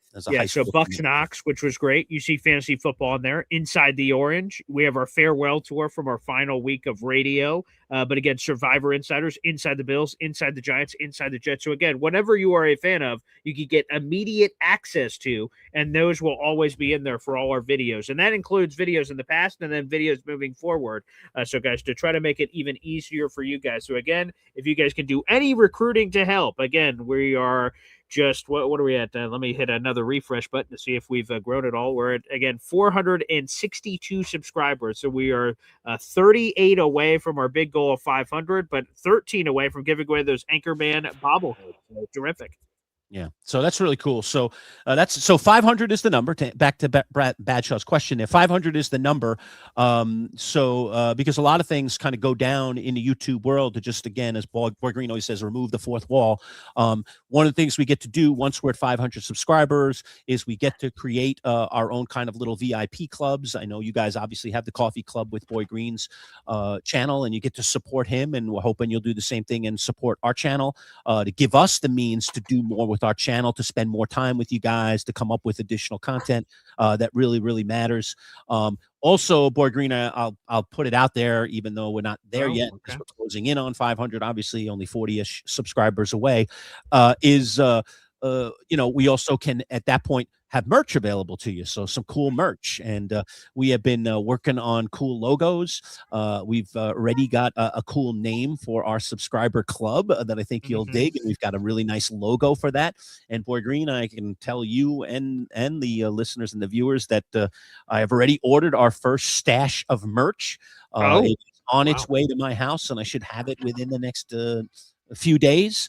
Okay. And once we get to 500, we obviously will display that. But definitely, not only will we give you opportunities to purchase merch, but I think once we get to 500 and we're able to create kind of our little cool VIP clubs, we will give away some of that merch. So that is in the cards as well. So you can be the first one, dare I say, to get our newly put out merch, our first level of merch. It's fun to play with logos, to try to figure out what item makes a lot of sense, so on and so forth. So I think for item number one and for the early stages here of our evolution, I think we've got a really cool item that people will want. And in some cases, people, just for jumping on the bandwagon quicker and being part of our family earlier, will get the benefit of getting for nothing, as they say. It'll be on the Manchild's dime, So, but I love to do that for people who support us. And it's been a short-ish journey, but it feels like an eternity being in this world, only 6 months and creating what we've already created. I told Boy Green the other day, we have put out, I should look at the current number. Here, I'll jump in my phone. Yeah, go ahead. While you're doing that, I just want to answer a few people. I see Craig Mechanics says, love the show, Manchild and Boy Green. Thank you, Craig. He says he's watching Giant stuff for my boy because he's not tech savvy. So he's like translating whatever our Giants content is to his friend, which I love. And Troy Sturgis, a super chat. Thank you, Troy. That's another raffle ticket for my contest on the Boy Green channel. When is time for more to come out or not? Yes, I've been asking a lot of insiders around, Troy, draft experts. It is today, 100%. But when today? Again, he's on the West Coast. So is it 4 o'clock? Is it 6 o'clock tonight? We should know in the next couple of hours. And as soon as we do, I'll have a ton of content out, including we'll have a Jake Asman interview out with myself, Lurch, and Jake Asman reacting to that news. So we should have that video out later today as well after the news hits. So Troy, I'm as much on the edge of my seat as you are, and so are other Jet fans about the importance of that. And to your point on Trinidad Chambliss, the Ole Miss quarterback, it sounds like he will be in the draft outside of him winning his legal battles at this point as he tries to apply for another year of eligibility. So he was already declined. He is going through the appeal process, but up until that, he will be in the draft process. Yeah. Now, back to my point real quick. My point was, in roughly 180-ish days of existence in the YouTube world, we've already put out, as of today, once we close out this video, we'll add one to it, but 523 videos. So think about that for a second. We've put out over 500 videos in 180 days. I did the math, and it's a little bit under 3 videos a day that we are producing to keep content constantly flowing to our subscribers and to the people who are just taking a peek at our channel. So again, I think that number, as the future goes, will actually increase. And especially if we can monetize a little bit, and it's more worth our while more to be sitting in front of these cameras and these microphones and providing that content for you. So I think that number continues to grow. But I think it's remarkable, in all honesty, not to in all gloat or say anything that's, sounds arrogant in any way, that we've put out that much content in that short a time. So we'll continue to crank it out because we care about the things that we do cover, and hopefully you will gravitate more and more to some of the things that we're up to. Yeah, so amazing. And it's a great place to be, and thank you to all the fans. And again, I'm constantly keeping an eye on it. So folks, we already gave away some cool stuff this week with our previous giveaway. So make sure you jump on the train, and we'll keep growing the Army. Maybe, just maybe, I'll give them a peek at that merch as we get close. Ooh, okay. When we get closer, we need to get closer, though. We need to be much closer. Maybe let it be the thing that puts us over the top. Gets us over the top, so to speak. All right, so that's to come. But we just have Paul and I have been doing a lot of talking off the air about how the evolution of the channel and how we make the channel bigger and better every single day. And we have some really, really terrific ideas that I think any of you who have subscribed and inevitably, hopefully, become part of our inner circle, our VIP clubs, will really, really see the great benefit in hanging with us and doing the things that we get to do every day. So it's a lot of fun. I hope you have a lot of fun while you're here. I know all of you that also commingle with Paul on his channel in the morning, every single morning. I know how much fun you guys have. I'm in there sometimes myself, checking out all the dialogue and everything that's going on. I cannot believe that whacked out draft thing you did the other day with those two draft nerds. Oh my God, man! Those guys, I felt like they both worked for NFL Draft NASA. The way they were talking about, we're going to do 10 mock drafts here, and second round we can't repeat anything, so it'll be completely unique. I was like, what the heck is going on with these guys? But it was fascinating and interesting, and I know you're a draft savant to yourself, not at that level, but you love talking about it, and you love analyzing it. I know a lot of people love the draft. I think over the years, I used to definitely be very like kind of anti-draft, but like all I cared about was the very top of the draft, or the first round picks. And I think even I've warmed quite a bit where I like I'm becoming more and more intrigued by depth in the draft. Now, I am not like you, however, where I don't sit there on day 3 with bated breath and my slice of pizza and my beer next to me and like, oh, wow, cool. Wow, the Jets got this guy in the 6th round. Amazing. It's almost too overwhelming for me to get down to that kind of minutia where we're talking about players that have, all kinds of flaws, and we're trying to figure out whether they're going to be good NFL players. But definitely my interest in the draft over the years has increased, and my appetite and my thirst for more draft information to talk to people who are really live and breathe in that world has become more and more fascinating. Just like fantasy football, right? I mean, like we started fantasy football, in all due respect, even winning that first year in our league, as you were just saying. Jamie wants to discount me for that. You can go, pound rocks. But the fact of the matter is, that year, I was totally a neophyte in terms of my knowledge, my ability to process information, understand everything. And I learned so much in that first year and the second year and even into the third year. I'm a completely different animal now from fantasy. And I love powwowing with guys like Joe Bartle and Brian Drake and anybody else in the fantasy world that we've had on over the years, because I'm fascinated by the way they think about things versus the way I think about things. And now I do know all the players, and I do look at the rookies, and I do have to be in front of the curve, and I do mock drafts, which I used to laugh about when you would tell me, oh, I've done 10 mock drafts. I was like, why? It's not the way our draft's going to go. Why do you care? Yeah, right. And now I find myself in the same rooms doing those same mock drafts, trying to figure out what I think is going to happen. So it's whack, man. It's just totally whack. But the draft is very much like that. Fantasy and the draft in some weird way are kind of similar animals in that, you can really get into the minutia if you want, and then you walk in feeling like you're much more knowledgeable. So it's been a really cool ride. So for all you coffee clubbers who are in there every morning and watching that crazy stuff, hey, kudos, man. I tip my cap to you. It's fantastic. Yeah. Passion, right? We're passionate about the things that we're passionate about. But while listen, you all know I love the Giants. Okay. That's the team that I root for in football. But I think one of the things that at least has made me unique as a sports fan is that while ultimately I always, have my teams, I also am I find myself to be a very open sports fan where I can root for other things. I can root for other teams. I can wish the Jets to do well. I really can. I don't have to be this. For some Giant fans are just like, it's just all hate. It's just all like, no way. I hate the Jets. And, I think part of moving to central New York from New York City, when I lived in New York City, I was a Met fan. I had Yankee friends.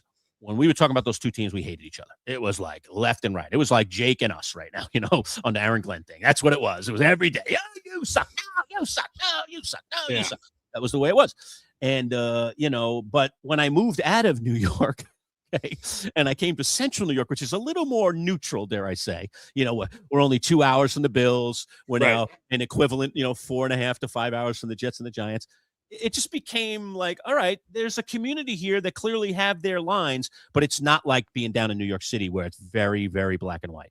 It's more gray. And so I think I don't know, I softened, I was more accepting of things. And I think like I've kind of evolved as a sports personality that I feel that way more. So, I think always the best thing that you can be when you do one of these kinds of shows, whether you're on television, whether you're like us on YouTube, whether you're on the radio like we were for years, is you just have to be your genuine self. You have to be who you are. I'm never going to come to these airways and not be who I am. And if that's not what you like, then you're obviously not going to stay. And if it is what you like, then you're going to stay and enjoy it. So that's the way I look at it. I always think it's about being your genuine self. You are genuinely an insane Jets nut. I have tried to bring you back to reality for all the years we've worked together. Can you just see it from this perspective? I think even times I've made I've made a little progress with you. I'm like, oh, but, and you're like, all right, yeah, you're probably right, So even I've got him to say probably right a couple of times, but, you live and breathe where you live, and I'm a different beast. So I think that's what makes us interesting, hopefully. Sure. Yeah. We're not just one thing talking from one pulpit. We can debate, we can argue, we can agree and disagree. I think that's part of the beauty of it. All right, enough about philosophy. I think we've done a good job covering everything that we could cover today. We will be back on Friday with our NFL picks. As you heard Paul say, we are waiting on the Dante Moore decision, and then we will quickly convene with Jake Asman as quickly as he can at his convenience and our convenience, and we will put out a video for all you Jets nuts on the Dante Moore decision, whether it's good or bad. I think it's going to be good. I think he's declaring, but all right, we'll see if he does. We'll get Jake's take on all of that with our Jets insider. We have Anthony Prohaska as usual tomorrow morning, so we'll get that out to you as soon as we finish up that interview and NFL picks, as I mentioned, playoff style. Both Paul and I had very good weeks in week 1 of the playoffs, so we got ourselves a battle as the slate has been wiped clean here in our NFL picks. So all the usuals and all the usual suspects coming your way. And, of course, if anything happens with the Giants and John Harbaugh today, you'll see me again. You'll see me again for sure. I'll be back out here. I'll be back in front of this microphone and in front of this camera telling you anything and everything I think about it, which is going to be a lot of glory, a lot of glorious moments here that we've found a coach that I think can take this ship and steer it to someplace much better than we've been in recent years. So looking forward to a decision one way or the other on Harbaugh so that we can move forward in terms of what's going on with this Giants coaching situation. Boy Green, final thoughts, if you have any. Go ahead. And it's this, despite the fantasy football stuff from earlier, as much as this disgusts me, this piece of evidence I'm throwing here on the screen, and I can throw that aside, as much as that makes me sick, today could be a seismic day both in Giants and Jets franchise history, with Harbaugh potentially not leaving the building and being the next head coach, bring stability and all kinds of wonderfulness to Big Blue. And then for the Jets, the Dante Moore's inclusion or not exclusion in the 2026 NFL draft and how that can shape the entire Jets' immediate future is massive. So we will see. It could be a seismic day for both of us. So yes, folks, you have not seen the last of either of us today. We're definitely coming through. Whether it's good or bad news on Dante Moore, we'll be here with that Jake Asman conversation here on the channel shortly thereafter, and more conversation to come. We might even get some basketball this week with Sean Devaney or Neo Adler. So we'll have some of that extra content as well. So just stay tuned to the channel, and thanks for all the support, everybody. All right. Peace out, everybody. Take care.